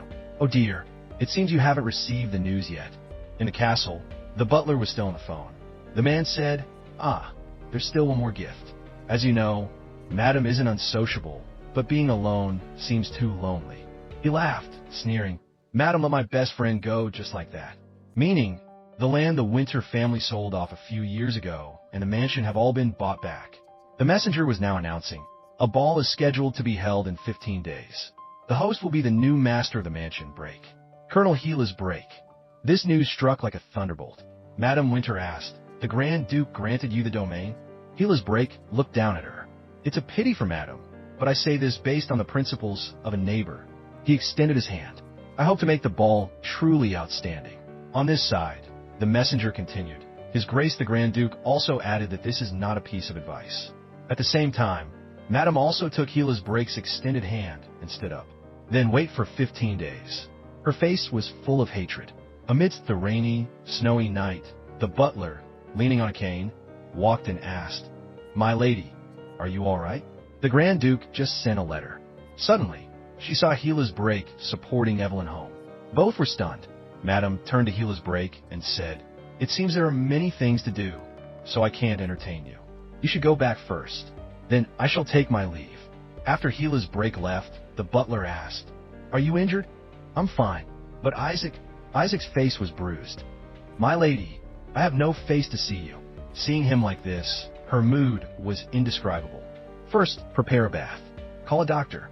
Then she rubbed her forehead. "No, call Oscar for me."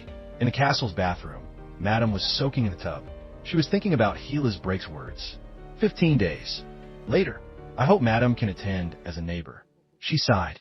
Does he mean he bought the domain and mansion right next to the Winter Mansion? For the purpose of making the ducal house of Winter collapse. She sighed. Rowan, if the king falls ill, the power struggle will begin, and the pressure on our family will become heavier. There will surely be a time when help is needed. I'm truly ashamed, but the number of people I can consider close friends is not many. The more Evelyn thought, the more troubled she became. Enemies on all sides. The servants were also in a state of unease. Rowan, did you also experience this feeling? No place to rely on. The butler hurriedly called after her, "My lady." The butler, terrified, shouted loudly to stop her. "Don't go there. It's dangerous, my lady." Evelyn's eyes widened, staring at them. "It's Logan." She suddenly collapsed in the snow. The butler, horrified, "My lady." Evelyn's tears streamed down uncontrollably. "No." She saw the two of them about to leave and called out, "Don't go." Her hands pushed against the snow, trying to get up. Don't do that, Logan."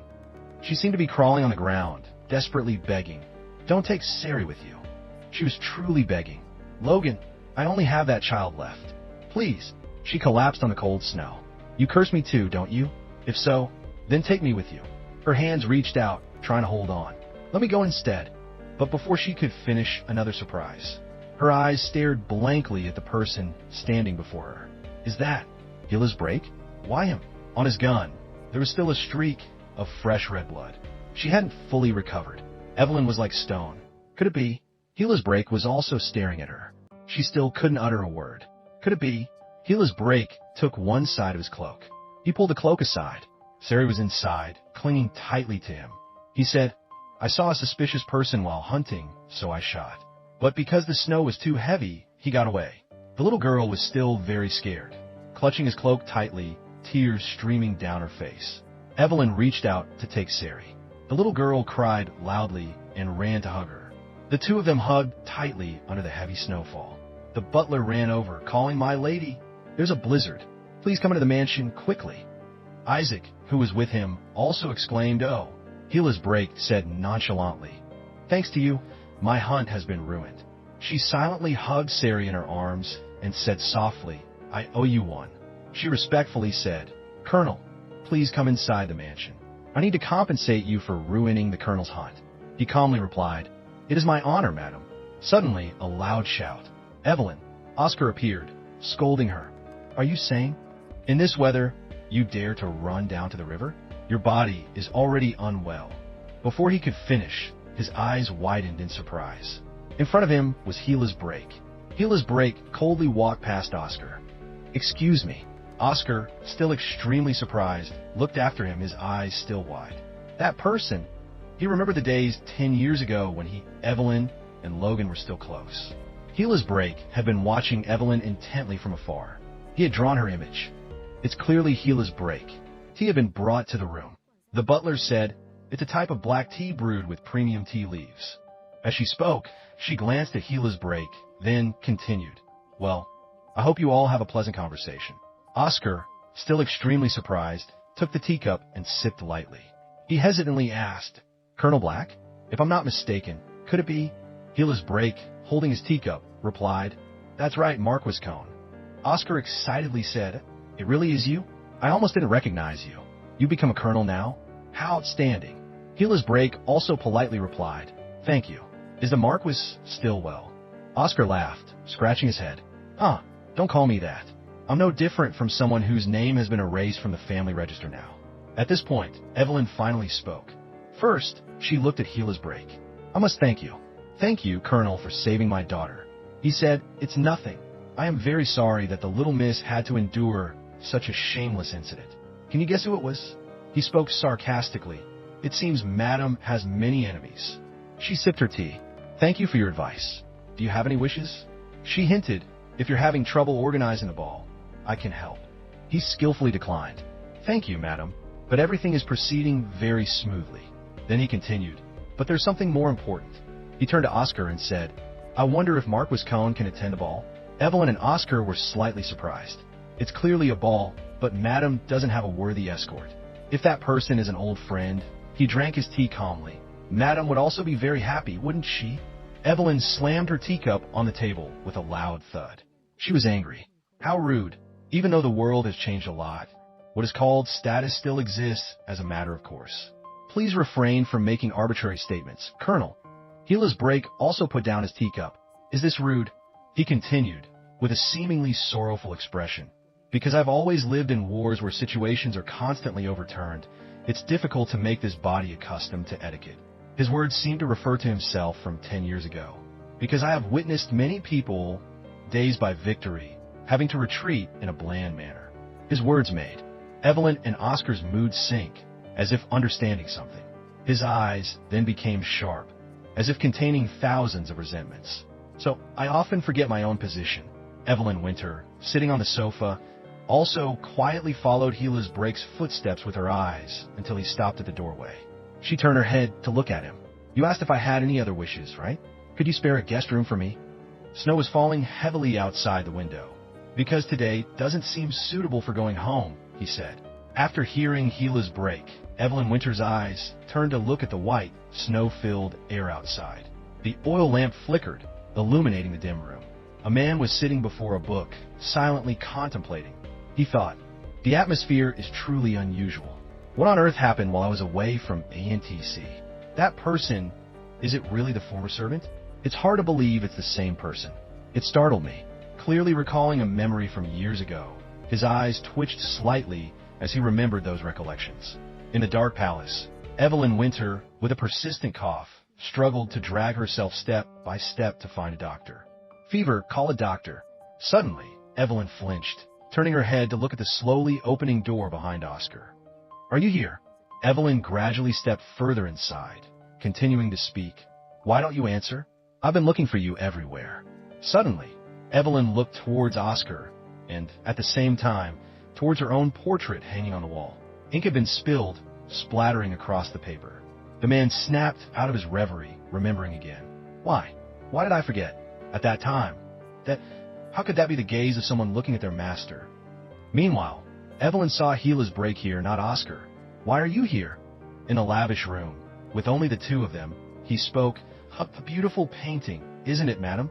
Evelyn Winter, weakly leaning on her cane, walked to the table, then poured a glass of water and replied, still wandering around the mansion at this hour. Truly a guest who likes to do as he pleases. If you still have the energy for that, you should have gone home. She took a sip of water and wiped her mouth with her hand. She thought to herself, it's puzzling how he got into my study. Since I don't know what trick he'll play, I can't just leave here. She touched her forehead, looking tired. If I call someone else, it'll be troublesome. Suddenly, a hand gently touched Evelyn's hair. It was Gila's break.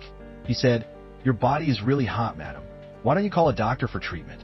Evelyn swatted Gila's break's hand away. No need for your concern. He looked at her and continued. Is it because the doctor's skills are no good? If not, then it's Oscar Cohn. Did I interrupt your secret conversation with him? Evelyn Winter shot up, reacting very sharply. A wave of dizziness hit her. Evelyn only managed to cough a few times before collapsing onto the chair. You really dare to say anything? Because I see you seem to be very eagerly searching for him. You're mistaken, she denied. Is that so? Gila's break picked up the teapot and carefully poured it into a cup. It seems you're hesitant to call a servant. Should I help madam a little? Evelyn was initially a bit surprised by his action, but then she slowly took the cup and drank it all in one go. Yua? At 25, you drink such strong liquor?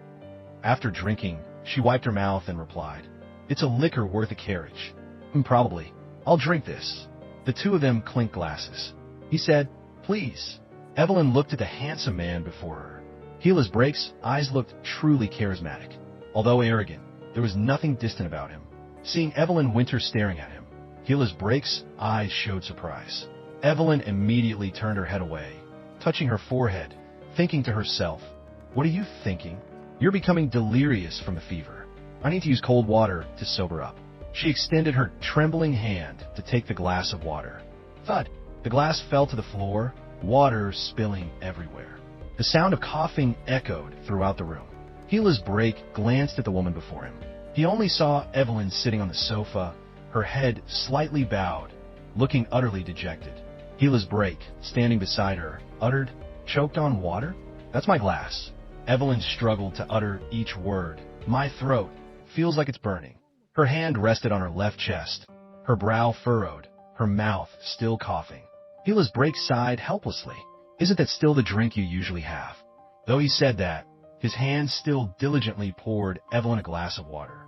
He reached out, lifted her small face, and fed her sips of water. Whether it was before or now, "You still need a lot of care, don't you?" Evelyn tilted her head back, accepting. Her face and neck were flush from coughing. "Are you better now?" Gila's Brake asked. Evelyn's vision gradually blurred. Before her eyes, his face from before appeared again, his innocent eyes looking at her as he called out, "Miss." Evelyn reached out and touched his cheek. Her lips moved, whispering Gila's Brake. Startled for a moment, he quickly regained his composure. He pushed Evelyn's hand away. "Clearly, Madam is not sober." With that, Evelyn collapsed into Gila's Brake's arms, panting incessantly, looking visibly exhausted.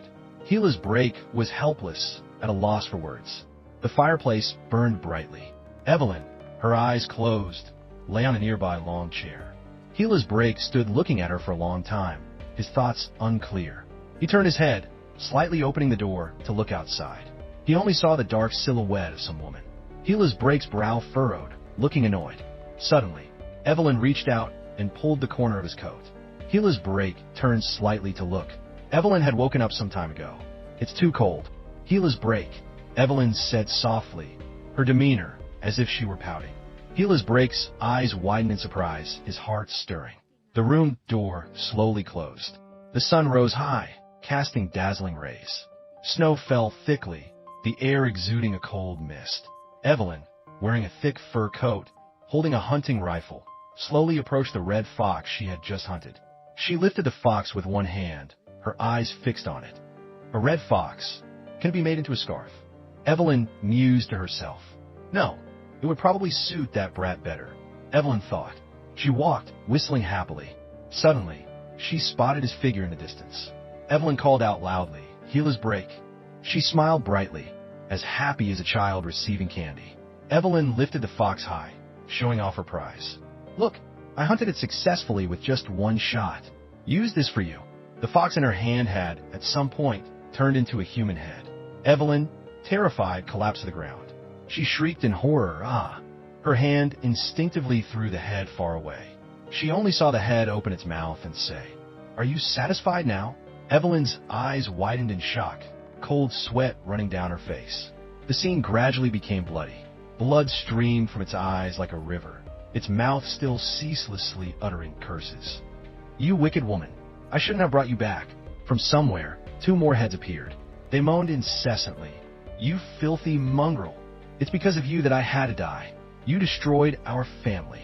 Evelyn waved her hands, her eyes showing extreme fear. No, it wasn't me," Evelyn stammered, denying it. A strange hand reached out, grasping her trembling hands. A man with golden hair took Evelyn Winter's hand. He spoke, "Poor Mississippi." Hearing his words, she called his name in shock, "Logan." The man bowed his head, looking at her, and said, "Now, Miss doesn't need to worry anymore. I will protect Mississippi." With that, he lifted her up, carrying her princess style. When she looked behind him, she was stunned to see Gila's Brake in the distance. She called out, "Wait." She reached out her hand as if to hold him back, still calling his name, Gila's Brake. But before she could finish, she saw him turn his head and walk away from her. making her scream in fear, Gila's break. Suddenly, she woke up with a start, drenched in sweat. A familiar voice sounded. Are you awake? Hearing it, she looked up. Her eyes met his. He was sitting, reading a book, while she was lying on his lap. She immediately sat up. He calmly asked, It seems you had a nightmare. His eyes remained calmly on his book. Before this beauty, her heart seemed to skip a beat. Did I say anything nonsensical? She asked, her voice feigning calmness, but her words stammering strangely. No, not at all. Suddenly, he placed a cloth on her head, startling her. Even so, because you slept for a while, the fever has also subsided. Just lie like that. She worried that the servants outside would see him. But he said, Madam doesn't need to worry. I will go out without anyone noticing. Now just sleep. Her eyes grew heavy. She thought this is really Gila's break, not Colonel Black. She was confused in her jumbled thoughts. What are you thinking right now? Is it leniency for a sick person? Or are you biding your time to make the enemy stop breathing? She wondered if she was drunk. How ridiculous, just one sip. Her eyes grew heavy and then gradually closed. Why does this moment, lying on the enemy general's lap, make me feel so peaceful? Sunset fell. It was time for him to leave. A servant asked if he needed a carriage, but he replied, No, I'll walk and get some fresh air. At this time in the room, she also woke up. She put her hand to her forehead, then looked out the window. The dazzling sunset light shone into her eyes. She slowly walked to the window, watching him walk away. His hand clenched tightly. He thought about the time, just now, when she asked him if she had said anything nonsensical, and he had stammered, no. But in reality, when she had tugged his coat and said it was cold, he had told her not to move, that he would call someone. Before he could finish speaking, he had been surprised by her action.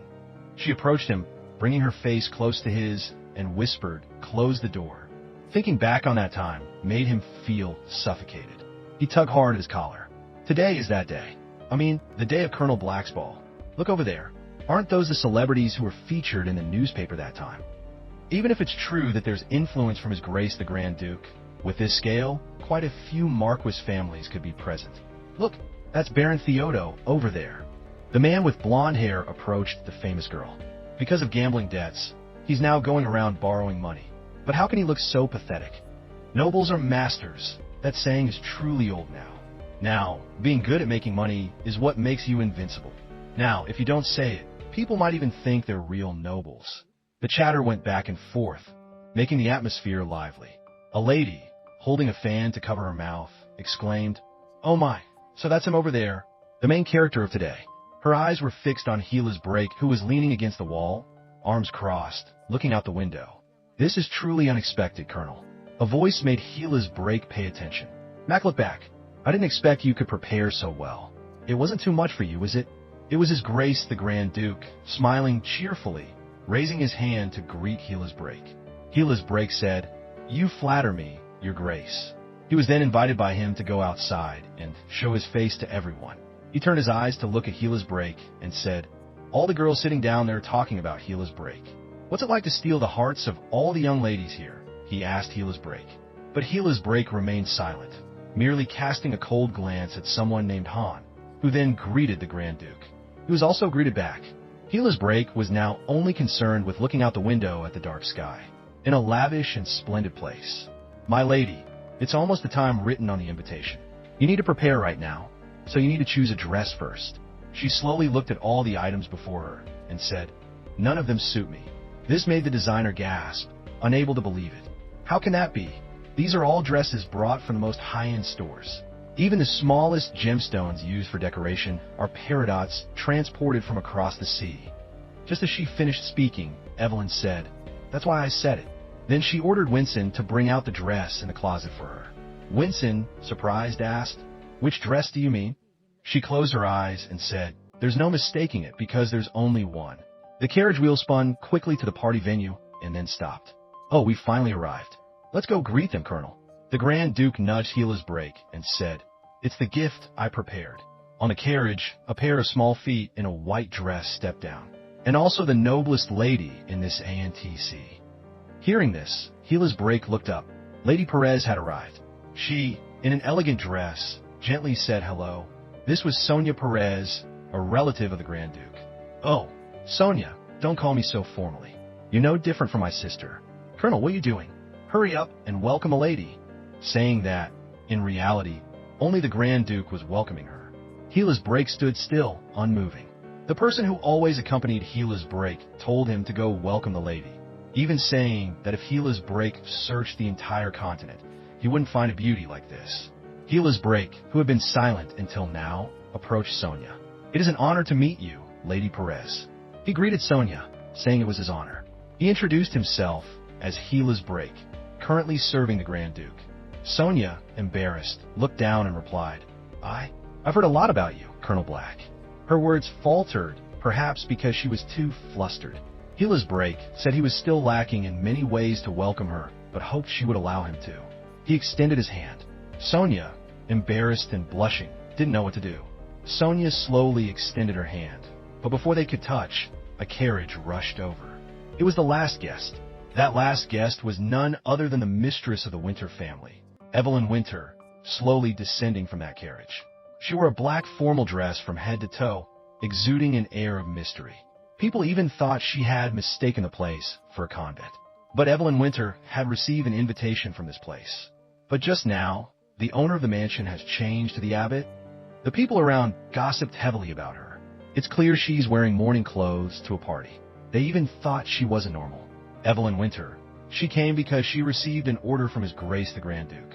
But if everyone treats me so coldly, I'll feel sad. Gila's break said, coldly? If others hear that, they'll misunderstand. Evelyn Winter, taking advantage of the situation, extended her hand to Gila's break and said, May I request the host of today's ball to welcome me? Everyone around thought that was impossible. Gila's break agreed, extending his hand to welcome her, giving her a sharp, cold look. They went inside together. Only Sonia and the Grand Duke remained. Sonia realized the woman who had just entered was the Winter Witch, a unique name given by many. As they entered, the guards announced to everyone about the last guest. Lady Winter is entering. The people around buzzed with gossip. They said she was shameless. How can she still face His Grace the Grand Duke? They even criticized the way she wore mourning clothes today. The incessant, noisy chatter from the people around made it very uncomfortable for someone walking in the middle like her. But she could only sigh and let it pass. Evelyn Winter thanked Gila's break. Thanks to you, it seems I've attracted the envy of everyone. She asked him about the feeling of being the main character. He looked at her silently without answering. The guards announced that the ball would begin in a few minutes. He began to speak. I'm not sure about that either. Now, the opening curtain was drawn, the music started, and everyone began to dance happily to each melody. Count Perez, a poor family with a short history. But the Count's daughter, who was then a lady-in-waiting in the palace, received royal favor, gave birth to Victor, and received the title of concubine. Because of this, the prestige of the Perez family soared.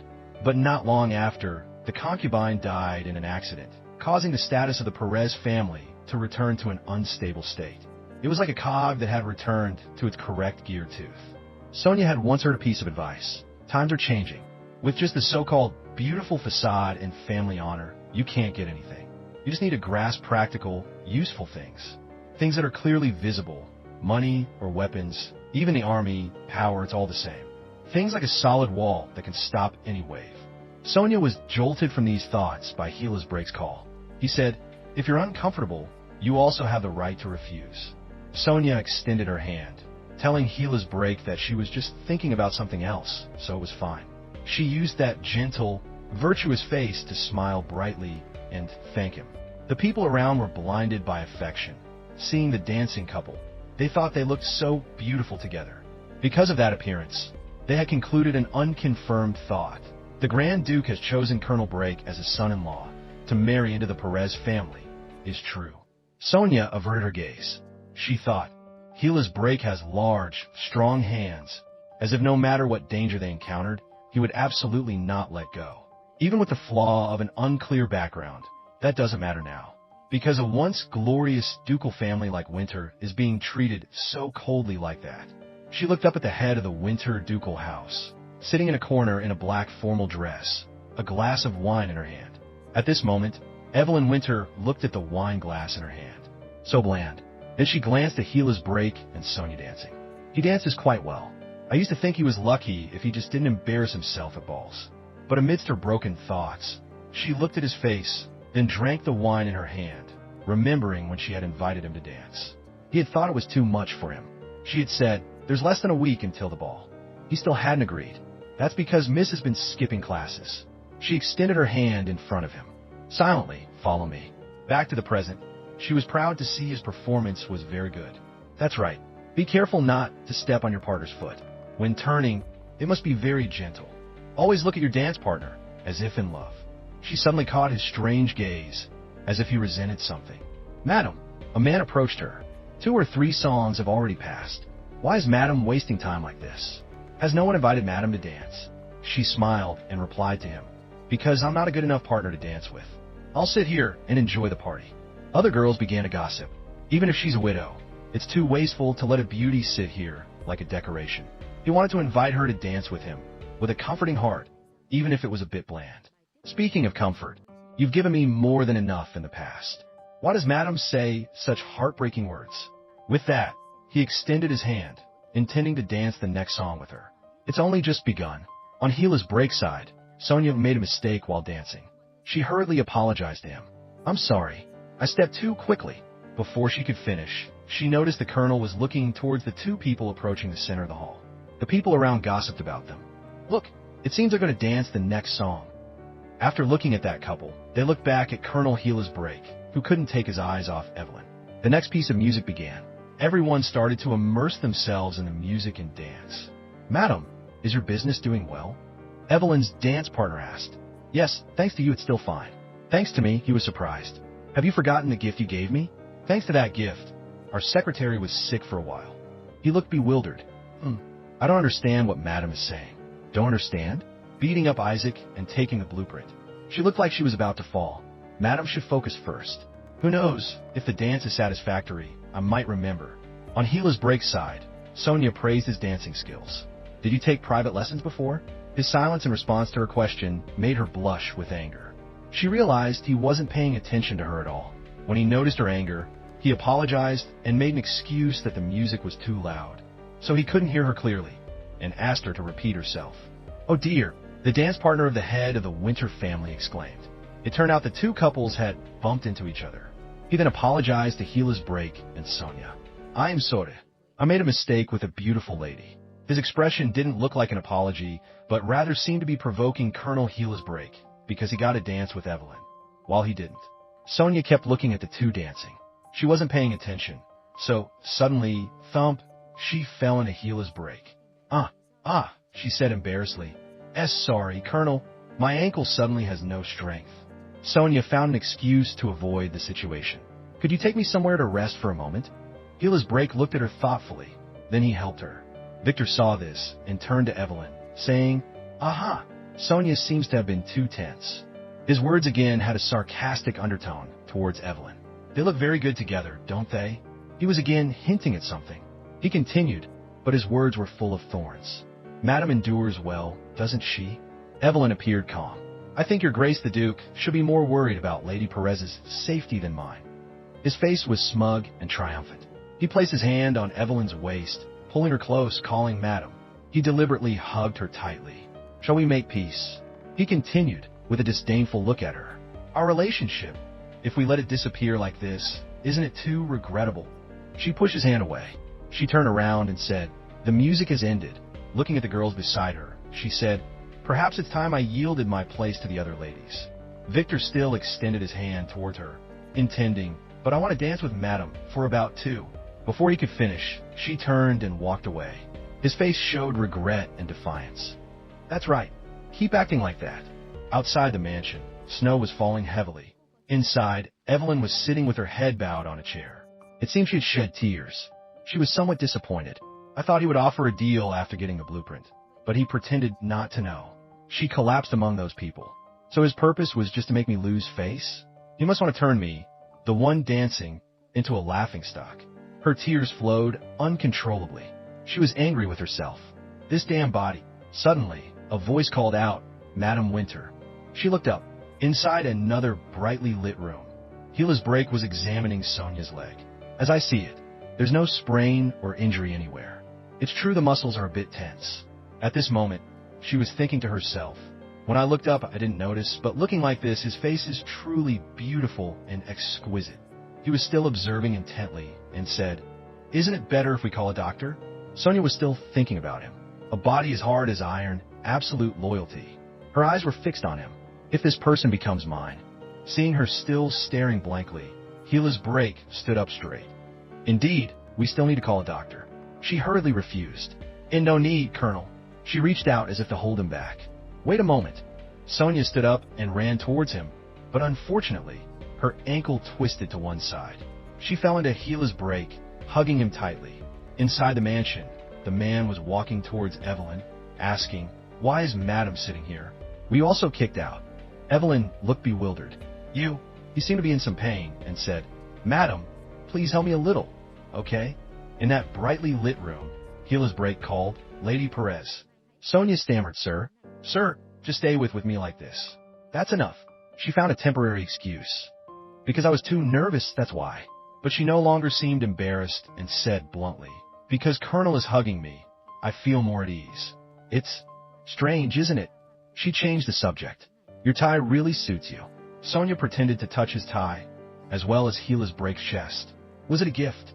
Gila's break at this moment seemed not to understand what she wanted to do. Outside, there was a sudden noise. She immediately asked, "Who's outside?" Gila's break, his face stern, turned to look. Inside the mansion, Evelyn hesitantly called, "You?" She seemed to recognize him and asked, "Is it Baron Theodo?" He bowed his head respectfully. "Yes, it is I, madam." "Indeed, you recognized me at a glance." He continued, "Look at their appearance. No matter how glamorous they're on the outside, they can never keep up with the noble virtue of people like us, right?" He looked at them with contempt. Creatures like pigs. Evelyn, who had been silently looking at him until now, finally spoke. "Someone might hear, so I hope you'll be careful with your words." He not only didn't listen, but also stubbornly insisted, "Since when do we have to watch the expressions of those lowly people, madam?" He seemed very angry. "Doesn't madam feel angry? Look at yourself now." His words surprised Evelyn. Didn't they drag a physically challenged person to the ball to become a laughingstock for them? He seemed to be rubbing salt into the wounds she was facing. Behind their backs, they've said so much. She remained calm despite his words.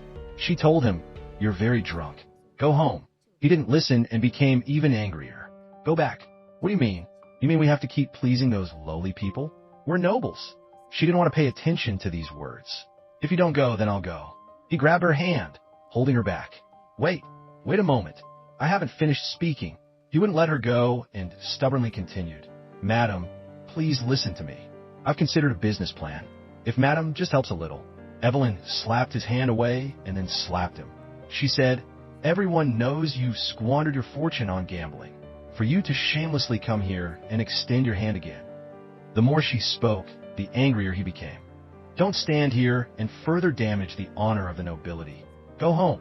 He grabbed her arm, his grip so strong it made her arm ache. He said, "Aren't you the same as me, madam?" She shouted, "Get away." He stubbornly continued, "I hear madam's finances are in great danger." He scrutinized her. "So, madam came here thinking that before it's too late, you need to seduce some rich man. Isn't that right?" She looked at him with contempt. She kicked him hard between his legs. He screamed in pain. She turned sharply and walked away, scolding, "Such ridiculous talk." But before she could take a few steps, he grabbed her hair and pulled her back.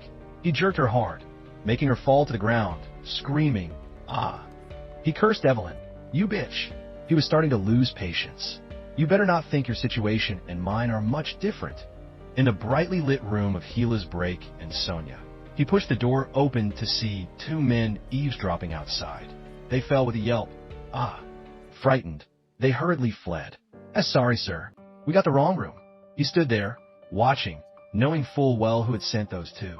Sonia also ran out and asked him, "Colonel, what happened?" He didn't go in, but just turned and said to her, "Lady Perez, please rest. I'll bring you a drink that might help you calm down." Outside, the music was still very lively. Gila's break returned, looking around among the dancing people. His eyes seemed to be searching for Evelyn. He looked into the room where she was. Inside, she was trying to stop the crazed Theodo. He was pressing down on her, holding her hands tightly, challenging, "Why don't you scream? You know it too. If unsavory rumors spread here, you'll be the only one at a disadvantage." She angrily shouted, "Shut up.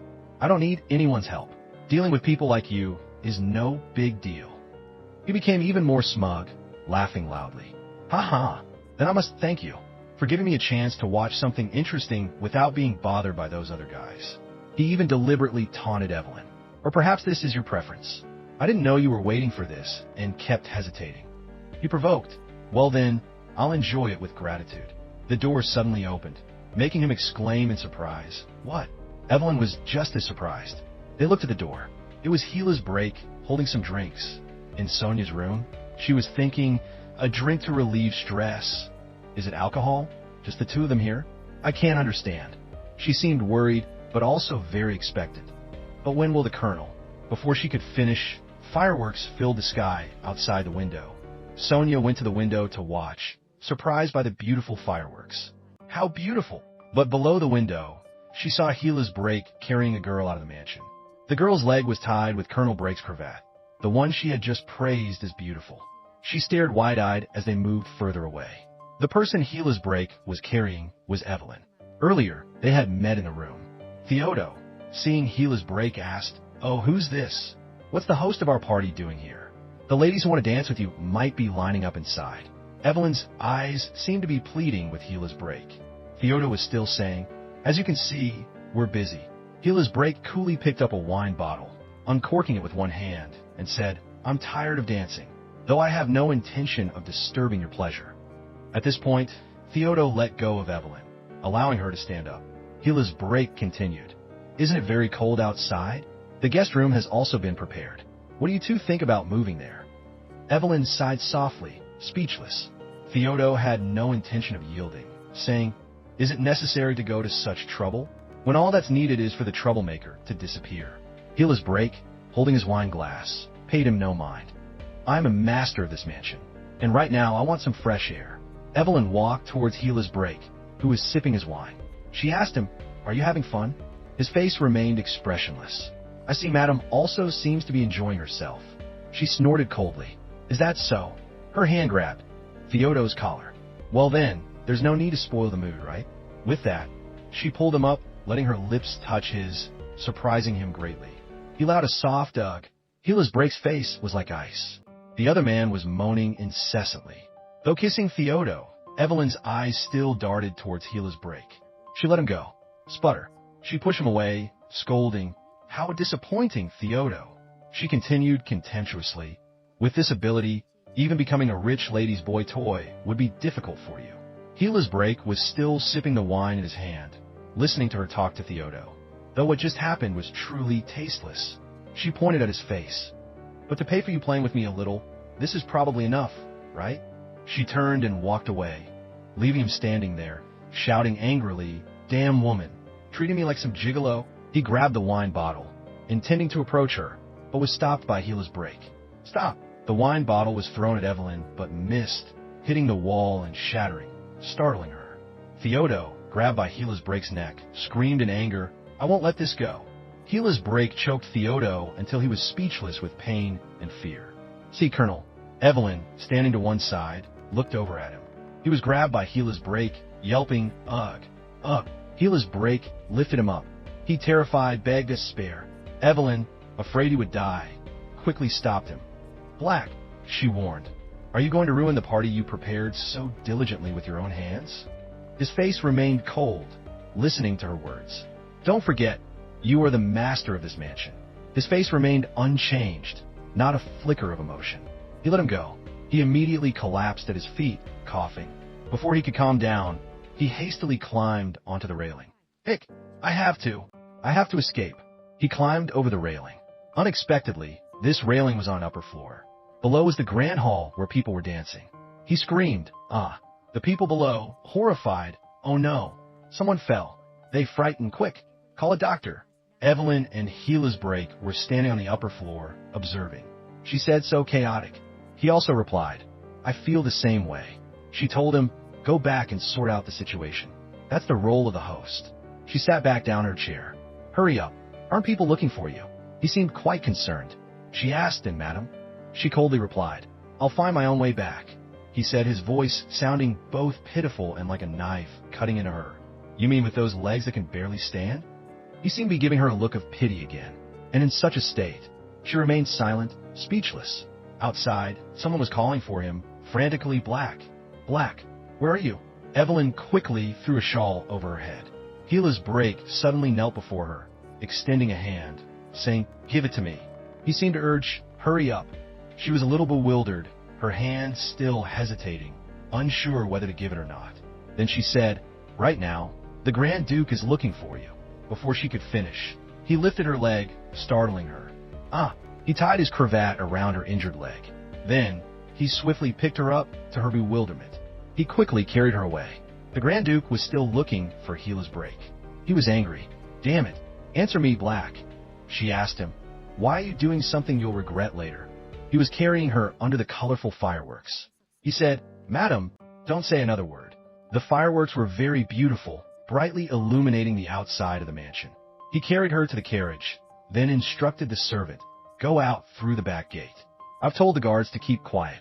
The servant also obeyed. Yes, yes."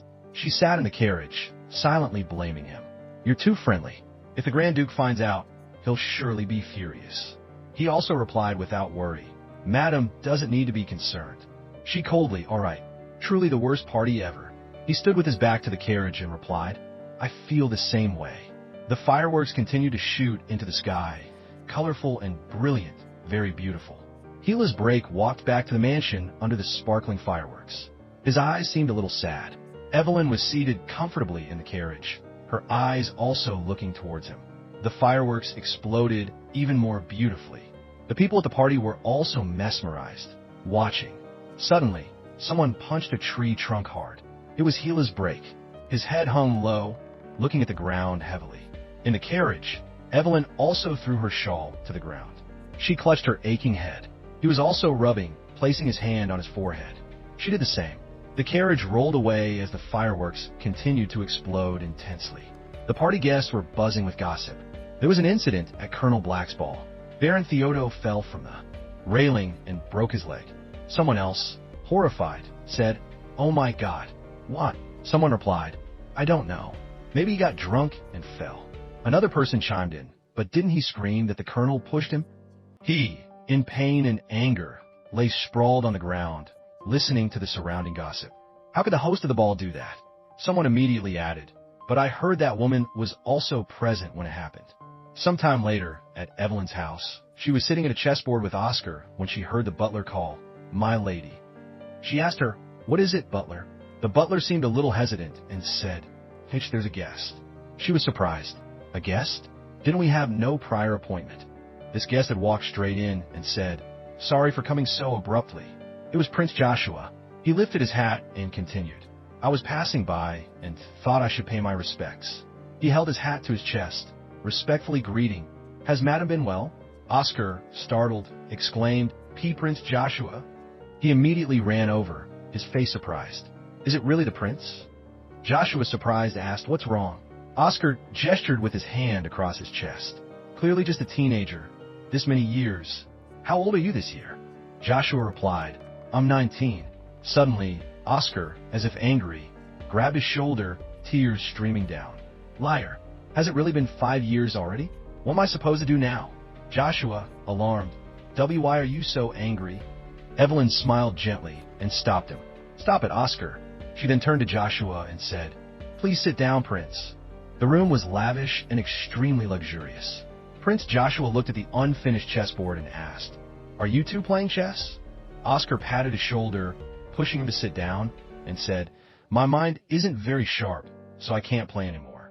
"Prince, please finish it for me." Joshua, a little worried, "Is that all right?" He sat down, carefully looking at the chessboard. In his mind, an image of him and Logan playing chess 5 years ago suddenly appeared. He said, "I'm reminded of old times again." Evelyn asked Joshua, "Were you taught by my husband before, weren't you?" She guessed this from the way he played chess, which had many similarities to Logan's, unwavering before any of the opponent's moves, suppressing his breath and remaining silent, making it impossible for others to read his thoughts. She hesitated, her eyes slightly downcast. "I'm talking about that person." Joshua replied, "No matter what, I couldn't see any hope of winning against him." He thought of the image of a pair of small hands always resting on Logan's shoulder, continuing, because beside him there was always the Queen of Victory accompanying him. He remembered Evelyn gently chiding Logan. A game that could have ended soon, yet you dragged it out this long. You're so naughty, Logan. Joshua sat bewildered, listening to the two talk. Logan then praised Evelyn. Is that so? I didn't see any other move. Indeed, Princess, you are still one step above me. Suddenly, Evelyn asked, If so, can we do this, Prince? Joshua, startled, asked back, What? She continued, Next, let me entertain the prince.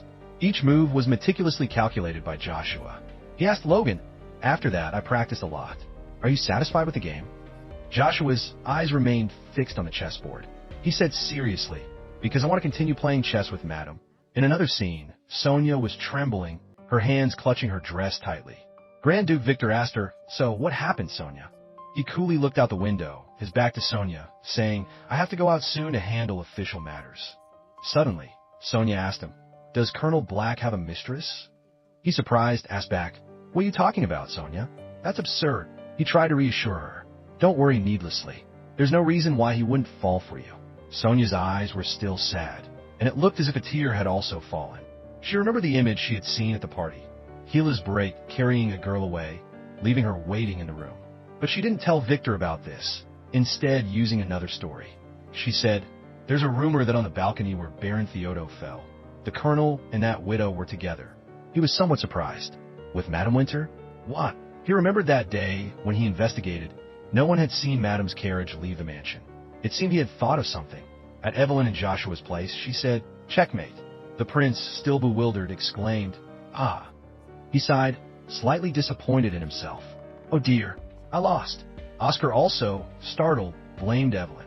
You're so cruel, distracting the prince by talking about old times. She laughed heartily. Huh, that's why I said you can't let your guard down, even for a moment.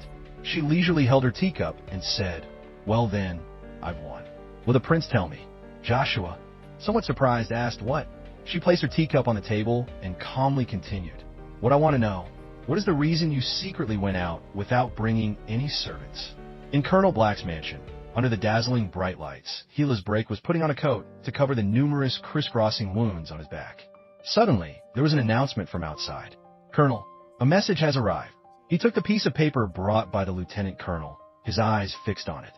Then he hastily grabbed his coat, and as he walked, he said, Let's go. The lieutenant colonel quickly replied, Yes, sir.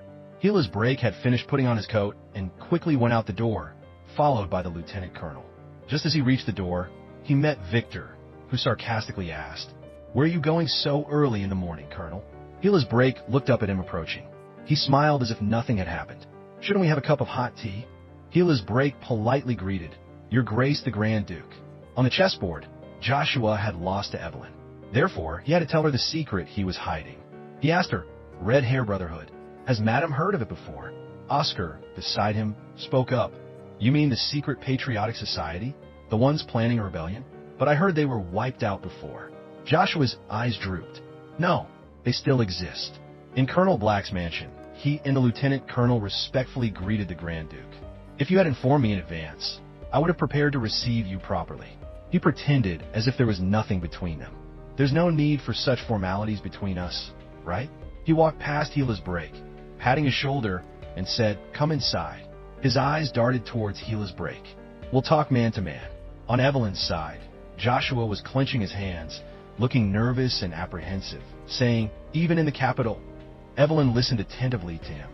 Even at the academy, his face looked very sad and silent. He hung his head in disappointment, saying, Perhaps they won't tell me the truth either. Gila's break had now been pulled into the mansion by Victor, intending to talk about something. Today, Evelyn, along with Joshua and Oscar, had taken little Sari to the market to play. Oscar excitedly said, It's been a long time since I've been to the market. It's much more lively than I thought. Sari, surprised, pointed at something over there and exclaimed, Ooh. Oscar immediately asked the little girl, Oh, does Sari want to buy something? He was even more excited than Sari and immediately ran off, saying, Great, let's go take a look. Evelyn reproached him. We didn't come here to play. She turned to Joshua and said, I'm sorry, Prince. Sari is still too young. Joshua seemed to be thinking about something. Hearing her speak, He was a little startled. What? It's all right. Then he hesitated and said, but more importantly, Madam, don't use honorifics with me anymore. Who knows, someone might hear. She was listening attentively to him. Well then, isn't this secret outing, which was so difficult to achieve, going to be for nothing? She quickly agreed with him. All right, I'll call you that then, Ruh. He seemed a little embarrassed. Yes, yes. In Colonel Black's mansion, Grand Duke Victor held a teacup in his hand and hummed softly. He praised. The taste of this tea is truly excellent. So you like things like this, do you? Gila's Break held his teacup, his expression unchanged, and replied, It's a tea leaf I was gifted at the last ball. His eyes sharpened, his words teasing. You mean a gift from Madam Winter? Gila's Break looked at him sternly. He immediately changed his tone, laughing playfully. I'm just kidding, but I heard a rather interesting story. He talked about what he had told Sonia before. Sonia asked me about your relationship with Madam Winter. He cast a scrutinizing gaze on Gila's Break. That day, did you secretly take the madam who was with Theodo away from the ball? Gila's Break put down his teacup. He quietly replied, Yes. Victor smiled superficially, resting his chin on his hand, and asked, The reason? Gila's Break clasped his hands in front of him, as if trying to find a reason. He said, If Madam gets entangled in baseless rumors, things will become more difficult. Victor's smile vanished. He was also thinking about something. In the market, Evelyn and Joshua were strolling around. Passing by an apple stall, the owner called out, Hey, young man, buy some apples. Aren't these shiny apples just like your skin? Both Joshua and Evelyn were surprised. He asked, Excuse me? What? He pointed at himself and asked, Are you talking about me? She was silently marveling, Oh, why is there such a handsome young man in this world? She smiled brightly and invited him. Use this. It would suit the lady beside you very well. You're so young, are you already married? He suddenly became very flustered, waving his hands in refusal. And no, it's not like that. Evelyn stopped him. Rurua. She smiled sweetly at him, as if to help him out of his embarrassment. Does it make you hesitate so much just for this older sister to hold a basket of fruit? He was surprised. The stall owner immediately quoted the price. 10 for 3 copper nips. Evelyn bargained. 12. She thought, if she doesn't sell, then fine. She was a little angry. Honestly, Madam is too meticulous. She thought to herself, what a waste of such a beautiful face. The apple stall owner agreed to sell to her. The two of them left with a basket of apples. Only then did Evelyn say to Joshua, You can't always be flustered by every merchant's offer. If you're careless, it's very easy to get implicated. Her face looked a little more serious, and it could also reveal that we're disguising our identities. Joshua still looked quite scared, quietly nodding. He turned and scratched his head shyly. He said, Actually, I've been thinking this way for a while now, but it seems there's nothing Madam doesn't know. I don't know when I'll also be able to become so composed and have that kind of insight. Evelyn also praised him. His Highness the Prince is already a wonderful person. He shyly scratched his head, denying, No, I'm still far from it. Suddenly, his eyes dimmed. He spoke of events from 5 years ago. The first time I met your husband, he was about my age now. Since then, he had never let the title of Academy valedictorian slip from his grasp. He was called a genius who would lead the younger generation. At that time, Joshua was just a boy. He silently admired Logan. Logan at that time was incredibly heroic, and his name was widely known throughout the continent. Evelyn was surprised to hear him talk about Logan. How could I dare to usurp those things? I know, but I can't stop comparing and then feeling ashamed. Her eyes gazed into the distance, as if lost in thought. In the room, Victor and Gila's Break were talking. Victor asked him, What do you mean, Colonel? He looked at him sternly. You definitely won't explain the misunderstanding to me? Gila's Break's face was like ice, as if not there, lifting his teacup and saying, As I said, if Madam is bothered by ridiculous rumors, then that person who is known to be dead will not be able to act appropriately. He lifted his teacup and sipped. Victor also rested his hand, thinking about something. Then he angrily shouted, Have you found Logan's whereabouts? Gila's Break's eyes were sharp. At Evelyn's place, a little girl holding some flowers approached the two of them, stammering, Please, sirs. Tears rolled down her eyelashes. Buy a flower for me. I haven't sold a single one today. The little girl looked incredibly pitiful, begging, Please. Her clothes were tattered, but the flowers in her hand were held very tightly. Evelyn felt compassion. Joshua also immediately went to the little girl and said, "The flowers are beautiful. Can you tell me their name?" The little girl hesitantly replied, I don't know their name. I picked them from the mountain." He smiled sweetly at the little girl. "Is that so? So it's a rare flower. Can you sell them all to me?" Evelyn was still intently watching him talk to the little girl. Suddenly, she said, "Logan is truly a special person." She continued, "Definitely an outstanding talent. But Rurua doesn't necessarily have to become him." In Colonel Brake's room, he lifted his teacup calmly and replied to the Grand Duke, "There was a report. If I quietly follow that woman..." The little girl who sold all her flowers to Joshua politely thanked him and left. Who would have thought? As soon as she turned her back, the little girl wore a mysterious smile, completely different from the pitiful tears just now. Evelyn was still watching her intently. The little girl quickly ran to a wall, and a pair of hands reached out and patted her head. The person standing behind that wall was Logan. Evelyn's eyes widened in utter surprise. Inside the room, Gila's Brake was coldly saying, "Then I might be able to find a clue." Evelyn, even though she only saw his arm, seemed to recognize him. She cried out, "Logan! Madam! Madam!" A voice called her, but she didn't know where it was coming from. Suddenly, behind her, there was a white flower. "Ah, did I startle Madam? Because I called and called, but Madam didn't answer. Suddenly buying so many flowers like this. I would be very happy if Madam accepted it." The prince's voice echoed in the air. The deep blue sky seemed to receive that call. Evelyn Winter turned her head and saw a beautiful bouquet of white roses presented before her. Initially a little surprised, she quickly accepted it and said thank you. "Thank you, Prince." She lifted the bouquet to her pale, beautiful face, gently savoring their fragrance.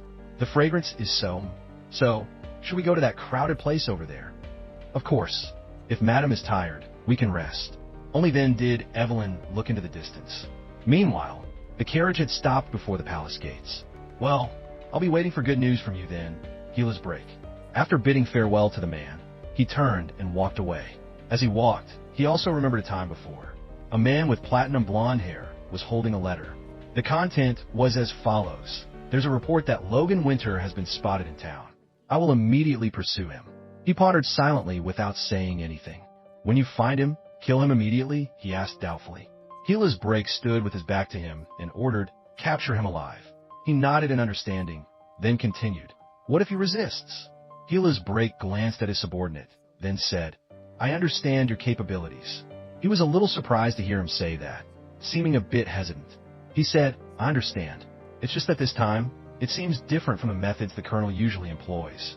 Gila's Brake sat on a long chair, holding a cigarette, smoking and contemplating his subordinate's words from before. Different from before? Of course, it's different, right? He asked himself. Suddenly, a cruel thought appeared.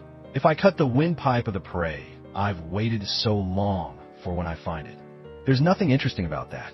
I have to make it suffer slowly to suit such a cunning and wicked prey, he thought to himself. The more Gila's Brake thought, the more he remembered the scene from before. Evelyn, approaching him closely, intending to give Gila's Brake a kiss. Thinking of that, Gila's Brake immediately snapped back to reality. He silently looked at the cigarette, but that had fallen to the ground. His hand reached up, wanted to take a new one, but he stopped. Gila's Brake stood up abruptly and walked out of the room in a foul mood. TSK, a naive prince walking a path full of thorns, huh? Oscar sighed, saying indifferently. Sari tightly gripped Oscar's hand. "What are you wondering about?" The little girl pointed towards the chocolate shop not far away. "Do you want to buy chocolate?" that person said. Sari nodded. "Can you eat it all by yourself?" Oscar sighed helplessly, then smiled. Come to think of it, Logan also liked chocolate a lot. Memories flooded back. Oscar sitting on a long chair with Logan. He exclaimed, "You received gifts again? What are you doing collecting them like that? If you eat all of this at once, your teeth will rot," that person wondered. Logan replied, "I plan to give them to the princess when I return on this holiday." The memory ended. Oscar hit his head, blaming himself. Why wasn't I that considerate? Suddenly, he gasped in alarm. "Huh? Sari, what are you doing? You can't do that to other people's businesses." Sari looked at him with sparkling eyes. "It's the symbol on the wanted poster. They're hidden in many places in town, secretly," Joshua said. Evelyn, standing beside him, asked doubtfully, "Are they trying to gather forces?" Suddenly, Evelyn glanced over. It seemed she had sensed someone watching her. Evelyn called out, "Joshua!" What is it? It's cold. Joshua, you should dress warmly. As Evelyn spoke, she put a scarf around Joshua. Joshua, flustered and blushing. What? I'm fine. I don't feel cold at all. Only then did Evelyn explain. Joshua, we're being followed. Evelyn further explained. There are two of us, so it'll be easy to be noticed. So, we'll blend into the crowd and meet again at the back gate of the square. Joshua shouted, but I'm fine. But if Madam is in danger. Evelyn raised her hand and hit Joshua on the back, then smiled and said, you have to listen. Joshua looked at her with a waits you aggrieved expression, rubbing the spot where he was hit. Evelyn seemed to have discovered something. She quickly ran over, her eyes wide with surprise. A familiar figure appeared, grabbing some child's hair, raising a hand to hit them. That person turned their head. What is it, beautiful? Is there something you want to say to me? Evelyn sighed in relief internally. No, that's right. How could it be? Indeed, a large figure approached her. Oh, why is there a woman in our territory? I was strolling the nearby market and took a wrong turn, Evelyn replied, bowing slightly. That person snatched her hat off, sneering, but you're too beautiful to have taken a wrong turn. You look like you're from a noble family. What are you doing here? That person chattered on endlessly. Did you deliberately separate from your group to enjoy some fun?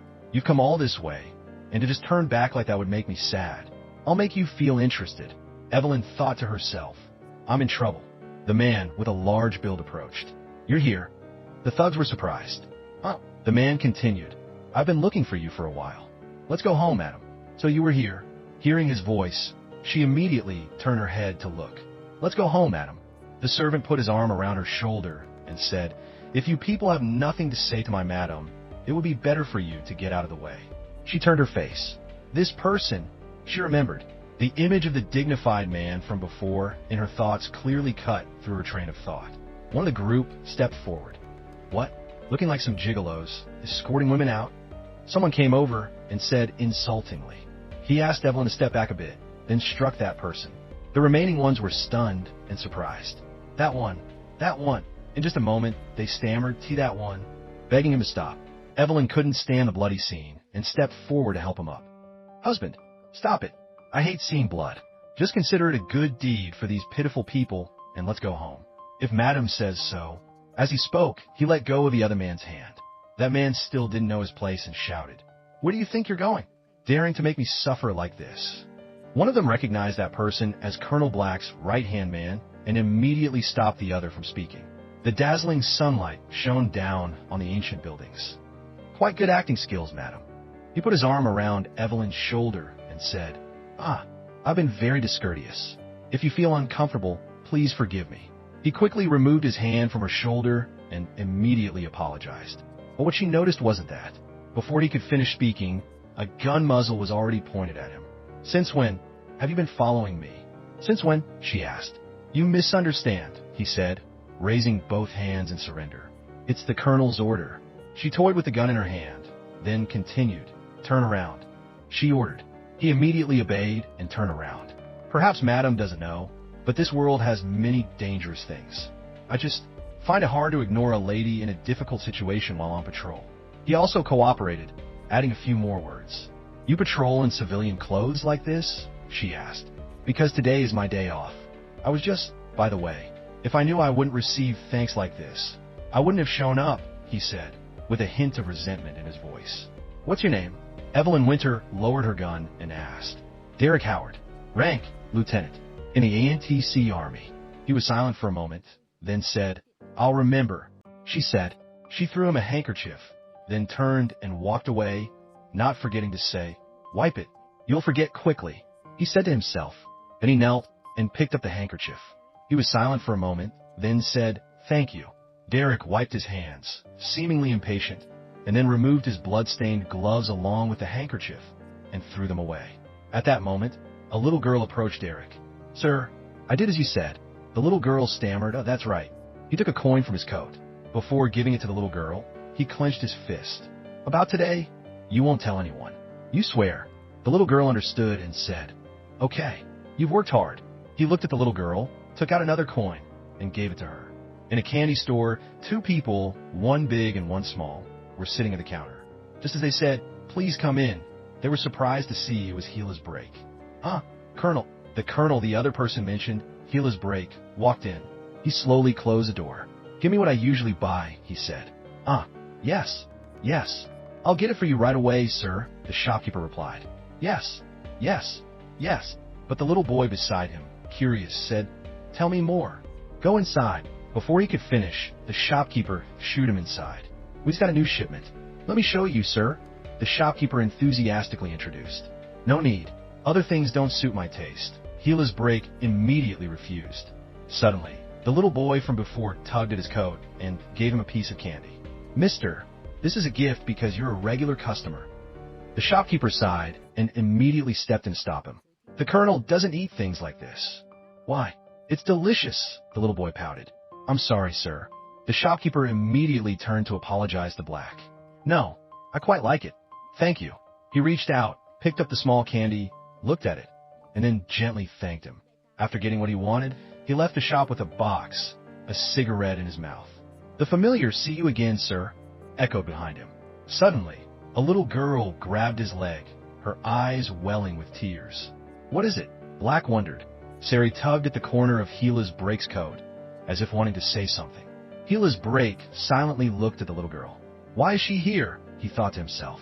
With that, Gila's break pushed the little girl's hand away and turned to leave. Sari's eyes widened in surprise, speechless.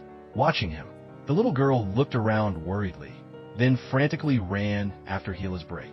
Her hand tightly clutched the corner of Gila's break's coat. He stopped short, surprised. He only saw Sari sprawled on the ground, wailing, boo-hoo-hoo. The aunties around gossiped. Oh my, the child is crying that much. Gila's break looked at this scene, helpless and speechless. Sari sat on a chair, her eyes welling up, about to cry. Gila's break called her name, asking curiously, Sari Winter? What are you doing here? Gila's break crossed his legs, his eyes not leaving the newspaper in his hand, and said, How suspicious. Everyone must know that letting you wander outside without a guardian is dangerous, right? He looked up at Sari and continued, To report the reason you are here, using the principles of child rearing. Sari looked at him with sparkling eyes. Suddenly, her stomach rumbled. Gila's break understood and called a waiter. I want to order. Bring whatever dishes children can eat. The waiter replied, Yes, sir. After a while, the food was quickly served. Here is your dish, esteemed guest. Sari's eyes lit up, looking at the plate of food in front of her. Suddenly, Gila's break reached out and took the plate of food away, surprising Sari. I need to hear the answer first. Sari, with tears in her eyes, waved her hands and feet, flustered, wanting to explain, but couldn't utter a word. The little girl reached out and hid herself. Gila's break was puzzled. He frowned, looking at Sari. You can't speak? Sari nodded. Gila's break was silent, then sighed. A difficult subject to interrogate. As Gila's break spoke, he took a pen from his pocket. Gila's break rested his chin on his hand, tilting his head slightly, his eyes fixed on the paper Sari was writing on. So, you went out to play and got lost on your own? So you want to hitch a ride in my carriage because our routes home are similar? Unfortunately, I didn't come by carriage. I just walked by the way to think a little. Calculating the distance an adult can walk in about 3 hours. You can reach your destination if you walk diligently for a whole day. Sari, one hand holding a fork, the other holding a knife, was chomping away, eating. She looked up, then intently listened to what Gila's break said, until she heard the last few sentences. Sari's eyes widened in shock, continuously banging the table. Gila's break, seeing this, continued. You call me a soldier, but I have no sense of responsibility? Today is not my shift, meaning it's my day off. You've chosen the wrong person to ask for help. I'm leaving. With that, Gila's break leaned on the table and stood up. He had only taken a few steps when little Sari stood up and blocked him. He looked at the little girl with deep, bottomless eyes. You still don't know? You've been abandoned. A burden who can't speak and is troublesome. It's strange you weren't abandoned sooner, because your mother is that kind of person. Gila's break put on his coat, intending to push the door open and leave, but Sari grabbed his coattail tightly, pulling him back. You should go to the orphanage sooner. It'll be better for you, because right now, there might not even be any empty spots left. Gila's break walked away directly without looking back. Sari took a piece of paper and a small pen from her pocket and wrote something. After a while, what Gila's break couldn't have expected was that this little girl, Sari, clung to him like a leash. The little girl kept running after him, her hand revealing the paper she had just written for Gila's break to read. Gila's break, helpless, had to take the paper and read it. My mom isn't a bad person. She would absolutely not abandon me. If you take me home, I will definitely repay you. After reading that paper, Gila's break thought to himself, how ridiculous. Although it's hard for a child to accept. But halfway through his thoughts, Gila's break suddenly saw red streaks on the back of the paper. He flinched slightly and turned to ask Sari, "Where did you pick this up?" Her shoulder grabbed tightly. Sari couldn't speak, only shaking her head vigorously. Gila's break gently removed his black glove and extended his hand towards the little girl. Sari took the pen, bent down slightly, and wrote a few words on Gila's break's hand. He lifted his hand to look, then looked back at Sari. "If you take me home, I'll tell you." Sari stood resiliently before Gila's break's cold gaze, inevitably trembling slightly.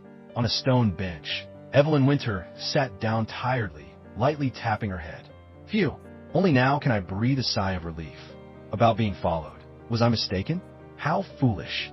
Suddenly, the lively chatter of a crowd in the distance attracted Evelyn. She gently turned to listen. After the Winter family changed owners, the country became like this. It's all because that woman is a witch, that's why. We have to wipe out all those damn nobles. The entire sentence reached Evelyn's ears. She thought to herself, I can't stay here. Or maybe I should come later. Evelyn stood up to leave, unaware that someone with a gun was following her from behind. Lady Sonia, didn't His Grace the Grand Duke say you had to return to the mansion immediately? Who do you think you are, being so stubborn? Sonia Perez stood beside him, covering her ears. Oh my God, seriously, my eardrums are going to burst. I know, I'll go back right away. Sometimes I want to get some fresh air too. Seeing Gila's break, Sonia's eyes lit up with endless joy. Ignoring the scolding behind her, she shouted and ran towards Gila's break. Colonel Break, oh, I can't stand it anymore. What are you doing here? Gila's break turned and replied to Sonia. Lady Perez, what brings you here? You could just call me Sonia. But for us to meet here, it's truly a coincidence. If you don't mind, could you have a drink with me? Gila's break looked at the joy on the girl's face and said, Right now, I'm afraid it's a bit difficult. Only then did Sonia see Sari behind Gila's break. Her smile froze instantly. Could it be the Colonel's? No. That's right. So who is this child? Sonia bent down and gently greeted Sari. Hello, little girl. What's your name? How old are you? Gila's break looked at Sonia's excited greeting. This child can't speak. Oh, I'm sorry. So what should I call her? First, can I just call her Little Miss? Are you looking after an acquaintance's child? It just turned out that way. But have you eaten yet? There's a newly opened restaurant. It's hard to get in. Would you like to go with me? Gila's break still used a sharp gaze and cold demeanor to talk to Sonia. No, I just ate. Sonia bowed her head and looked down at Sari, who now looked very hungry. The little girl seems hungry. Gila's break, hearing this, bent down and looked at Sari. So you're hungry again? On the table, delicious food was spread out. Oh, delicious! If you eat too quickly, you might get indigestion, so eat the soup first. Sonia gently pushed the bowl of soup in front of Sari. Continuing from the previous episode, Sari and Break stared at each other in silence. The little girl pushed the bowl of soup aside. What's wrong? Don't you like soup? Sonia asked her with a bewildered expression. After a long silence, Black stood up from the table. Lady, please eat. I'm going out for a smoke. He said yes. Now, only the two of them were left at the table. Little girl, are you close to the Colonel? Sonia asked. Sari, who was eating deliciously, was asked and looked bewildered, not understanding. Do you know what he likes to eat? What does he usually do? I'm sorry, you can't speak, can you? She asked repeatedly, then suddenly remembered that little Sari couldn't speak. I don't usually talk about private matters. She blushed and looked away, but continued. Looking at the way he plays with you, he really is an affectionate person, isn't he? Sari's face contorted, and she kept shaking her head. No. So why are there so many rumors about him? Sonia was flustered. But even though the Colonel is truly taciturn, I believe my own eyes. How should I put it? If I had an older brother, he would be like that. Sonia said, smiling gently. In Sonia's mind, the image of Victor Anik immediately appeared. Of course, Uncle also treats me well, but sometimes he's a little scary. The first time I met the Colonel, I was also a little scared. Sonia clasped her hands, her eyes darting elsewhere as she spoke. Sari tilted her head to one side, looking at the Colonel's appearance with you. He really seems like a gentle person, Sonia said. Outside the glass window, Black was smoking, his eyes glancing at the two people sitting inside. Ridiculous. What is this? Black pondered. Images of Sari, Evelyn, and her words kept appearing in his mind. Well, gambling? Not exactly like people of the same blood. Disgusting. Black frowned. Suddenly, a bang cut through his thoughts. People ran in panic everywhere. Piercing screams, hurried whispers. It seems the rebels just opened fire. See, Colonel, what happened? Sonia ran to Brake's side, asking frantically. I don't know either. First, let's get away. But where's the little girl? Black searched for Sari's figure, then looked at Sonia. We were clearly holding hands. Where did she go? She jumped, searching around. The little girl was trembling, hugging her head. Lady Sonia, please go back. It's dangerous. Someone held Sonia's arm. Wait a moment. The wet nurse with the Colonel will be safe. Sonia, panicked, reassured. If the Grand Duke finds out, he'll punish that person, the wet nurse said. Black looked at the two of them. Memories gradually surfaced about Sari. Lady, return to the mansion. Please forgive me for not being able to escort you. With that, Black immediately went aware Sari was trembling. What a nuisance. Black threw away the cigarette in his hand, picked up Sari with one arm, and grumbled. In another place, I've arrived as promised, but Madam still hasn't come. My wallet. Rurua grumbled inwardly. Suddenly, he remembered his wallet. Is this the legendary pickpocketing? Rurua froze for a moment after fumbling in his coat pocket. Suddenly, a young man walked over, smiling brightly, and put his arm around his shoulder. Hey, Joshua. Mac. Joshua was surprised. Mac, our prince. What are you doing here? Mac said playfully. After a while. So now you're broke, huh?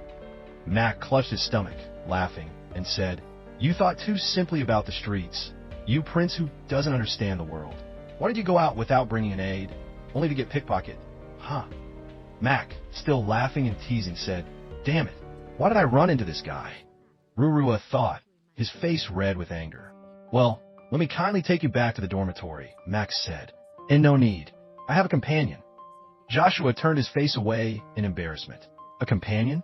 Mac, who was just laughing to tears, was now surprised. Joshua, flustered and blushing. A woman, right? Who is she? Is she beautiful? Mac immediately showed a cunning face and pride. Lend me some money, then go where you want to go, Rurua said. Hey, how can I leave the prince alone in this dangerous world? I'll protect you. Who is it? Who is it, huh? Even though I share a dorm room with you, I didn't even notice. And I'm Mac, the invincible in the world. Can you reveal a little bit? Okay. Mac put his arm around Rurua's shoulder, laughing excitedly. I told you it's not like that. Rurua pushed Mac's arm off his shoulder, making Mac look bewildered. Not what? It's written all over your face. Mac sighed like someone experienced and said. Rurua's face was now as red as a GAC fruit, making him cover it with his hand. As so, Rurua said, Oh God, what am I going to do with this naive young man? Mac said, his face sighing. Oh dear, to help this pitiful young man who knows nothing about women. Mac here will give you a lecture on love. Well, should we have a beer and... Mac again put his arm around Rurua's shoulder and rambled on. I don't need advice from a debauched playboy. Rurua said, That's why you're not doing well. Since ancient times, listen, prince, women, Max said. Suddenly, a loud noise cut off Mac's voice. It was a gunshot, Max said. Cut to Sari. Sari, my precious treasure.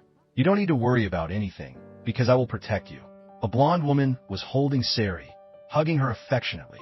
Sari slowly opened her eyes after a dream, her eyes wide, looking at the man in front of her. Awake? Then let's walk. Don't fall too far.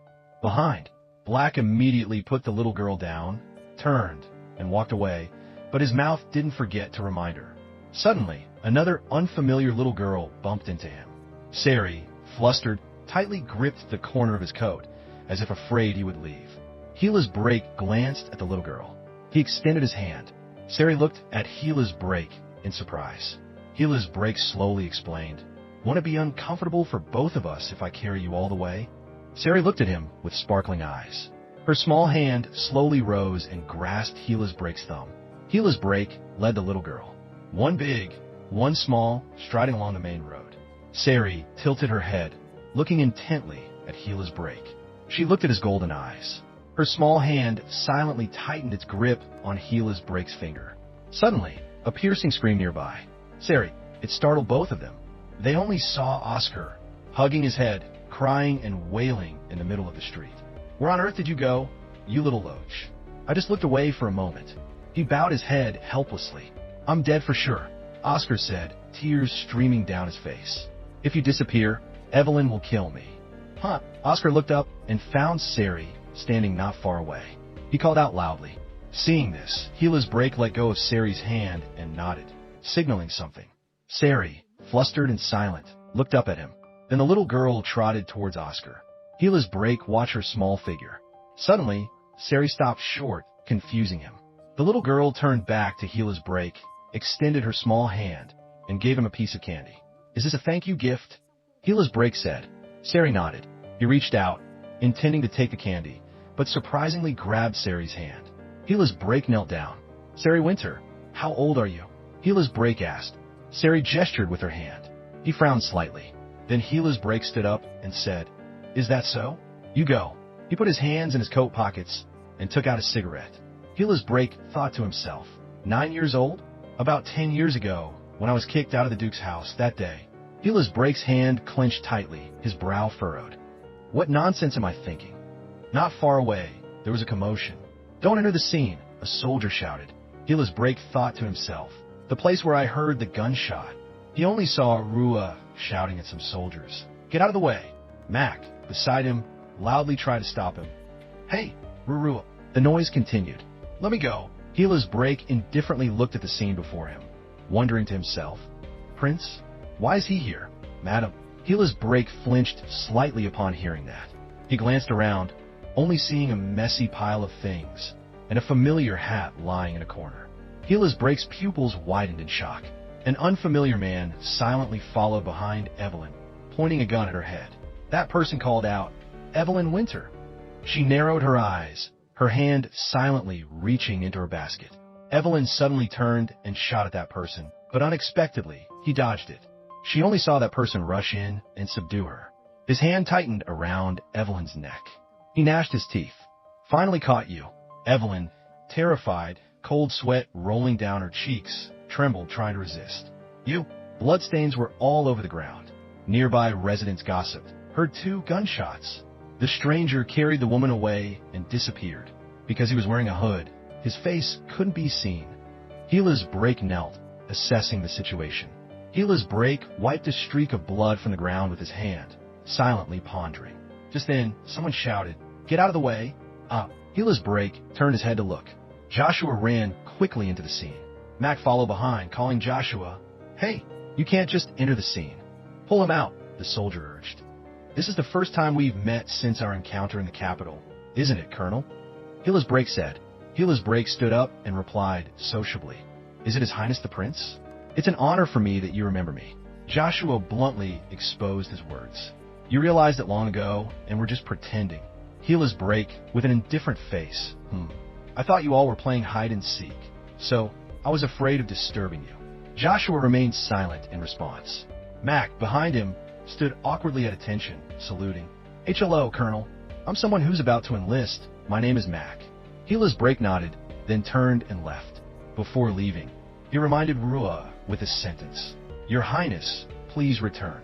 Outside the royal capital is not a suitable place for fun. Prince Rua tightly gripped the red shawl, asking doubtfully, Can you find Madam? I know very well you have the ability to track. This much shouldn't be difficult for you, right? He gave the shawl to Gila's Break, begging him, Madam's shawl, please bring her back. It's all my fault. He was stunned for a moment. I'm truly sorry, but the prince has no authority to order me. Rurua frowned. I know that. He asked to leave, but was stopped by him. If you find Madam Winter, I will grant you one wish. If any problems arise, I will take full responsibility. The servant surprised, What? Why go to such lengths? The prince continued, I swear by the name of ANTC. He turned back to look at the prince. It seems your highness is mistaken about something. It's not the prince's fault. That woman's enemies are countless. Your highness doesn't need to feel so guilty. And besides, even if your highness doesn't order it, I absolutely must find that woman. As Gila's Break spoke, he took the shawl from Joshua's hand. A servant placed his hand on his forehead, saluted solemnly, and asked, "Do you want to return to the barracks immediately?" He affirmed and said that this day off had a truly bland ending. He ordered that person to call Second Lieutenant Henry and send a team to find him. When asked if he needed to convey anything, he was silent for a moment, his hand tightly clutching Evelyn's shawl. "We have to hurry." Then he hastily walked away. The figures of the two grew increasingly distant. The prince silently watched, placing his hopes in him. In a desolate, snow-covered place, a small log cabin was lit. The main female character was lying on the wooden floor next to the fireplace. She wore a red dress, her blonde hair cascading down. She felt uncomfortable being bound like that. Her kidnapper, noticing she had woken up, took a swig of alcohol. "You're awake?" Daring to open fire on the road like that. I almost had to organize a funeral. As she predicted, her kidnapper was Joseph. He angrily wiped the blood from his forehead with a cloth. "What an honor. You still remember my face." Just remembering that day, after I was kicked out of the ducal mansion, how miserably I had to live, it makes me angry again. As soon as he finished speaking, he kicked her hard in the stomach, making her cough continuously. He continued, "I told you, right? I'll kill you. Red Hair Brotherhood has put a bounty on your head." She gasped for breath. "Beating up Isaac and kidnapping Sari. Was that also you?" He admitted his actions and regretted letting them slip away. Otherwise, he could have killed Sari in front of her. He laughed loudly. Seeing her struggle to sit up, he provoked her. "Attack me. Let's see how ruthless you can be." Unexpectedly, she begged him for mercy. "Spare my life, Joseph. As long as you spare my life, I can do anything." As she spoke, she put on a seductive posture.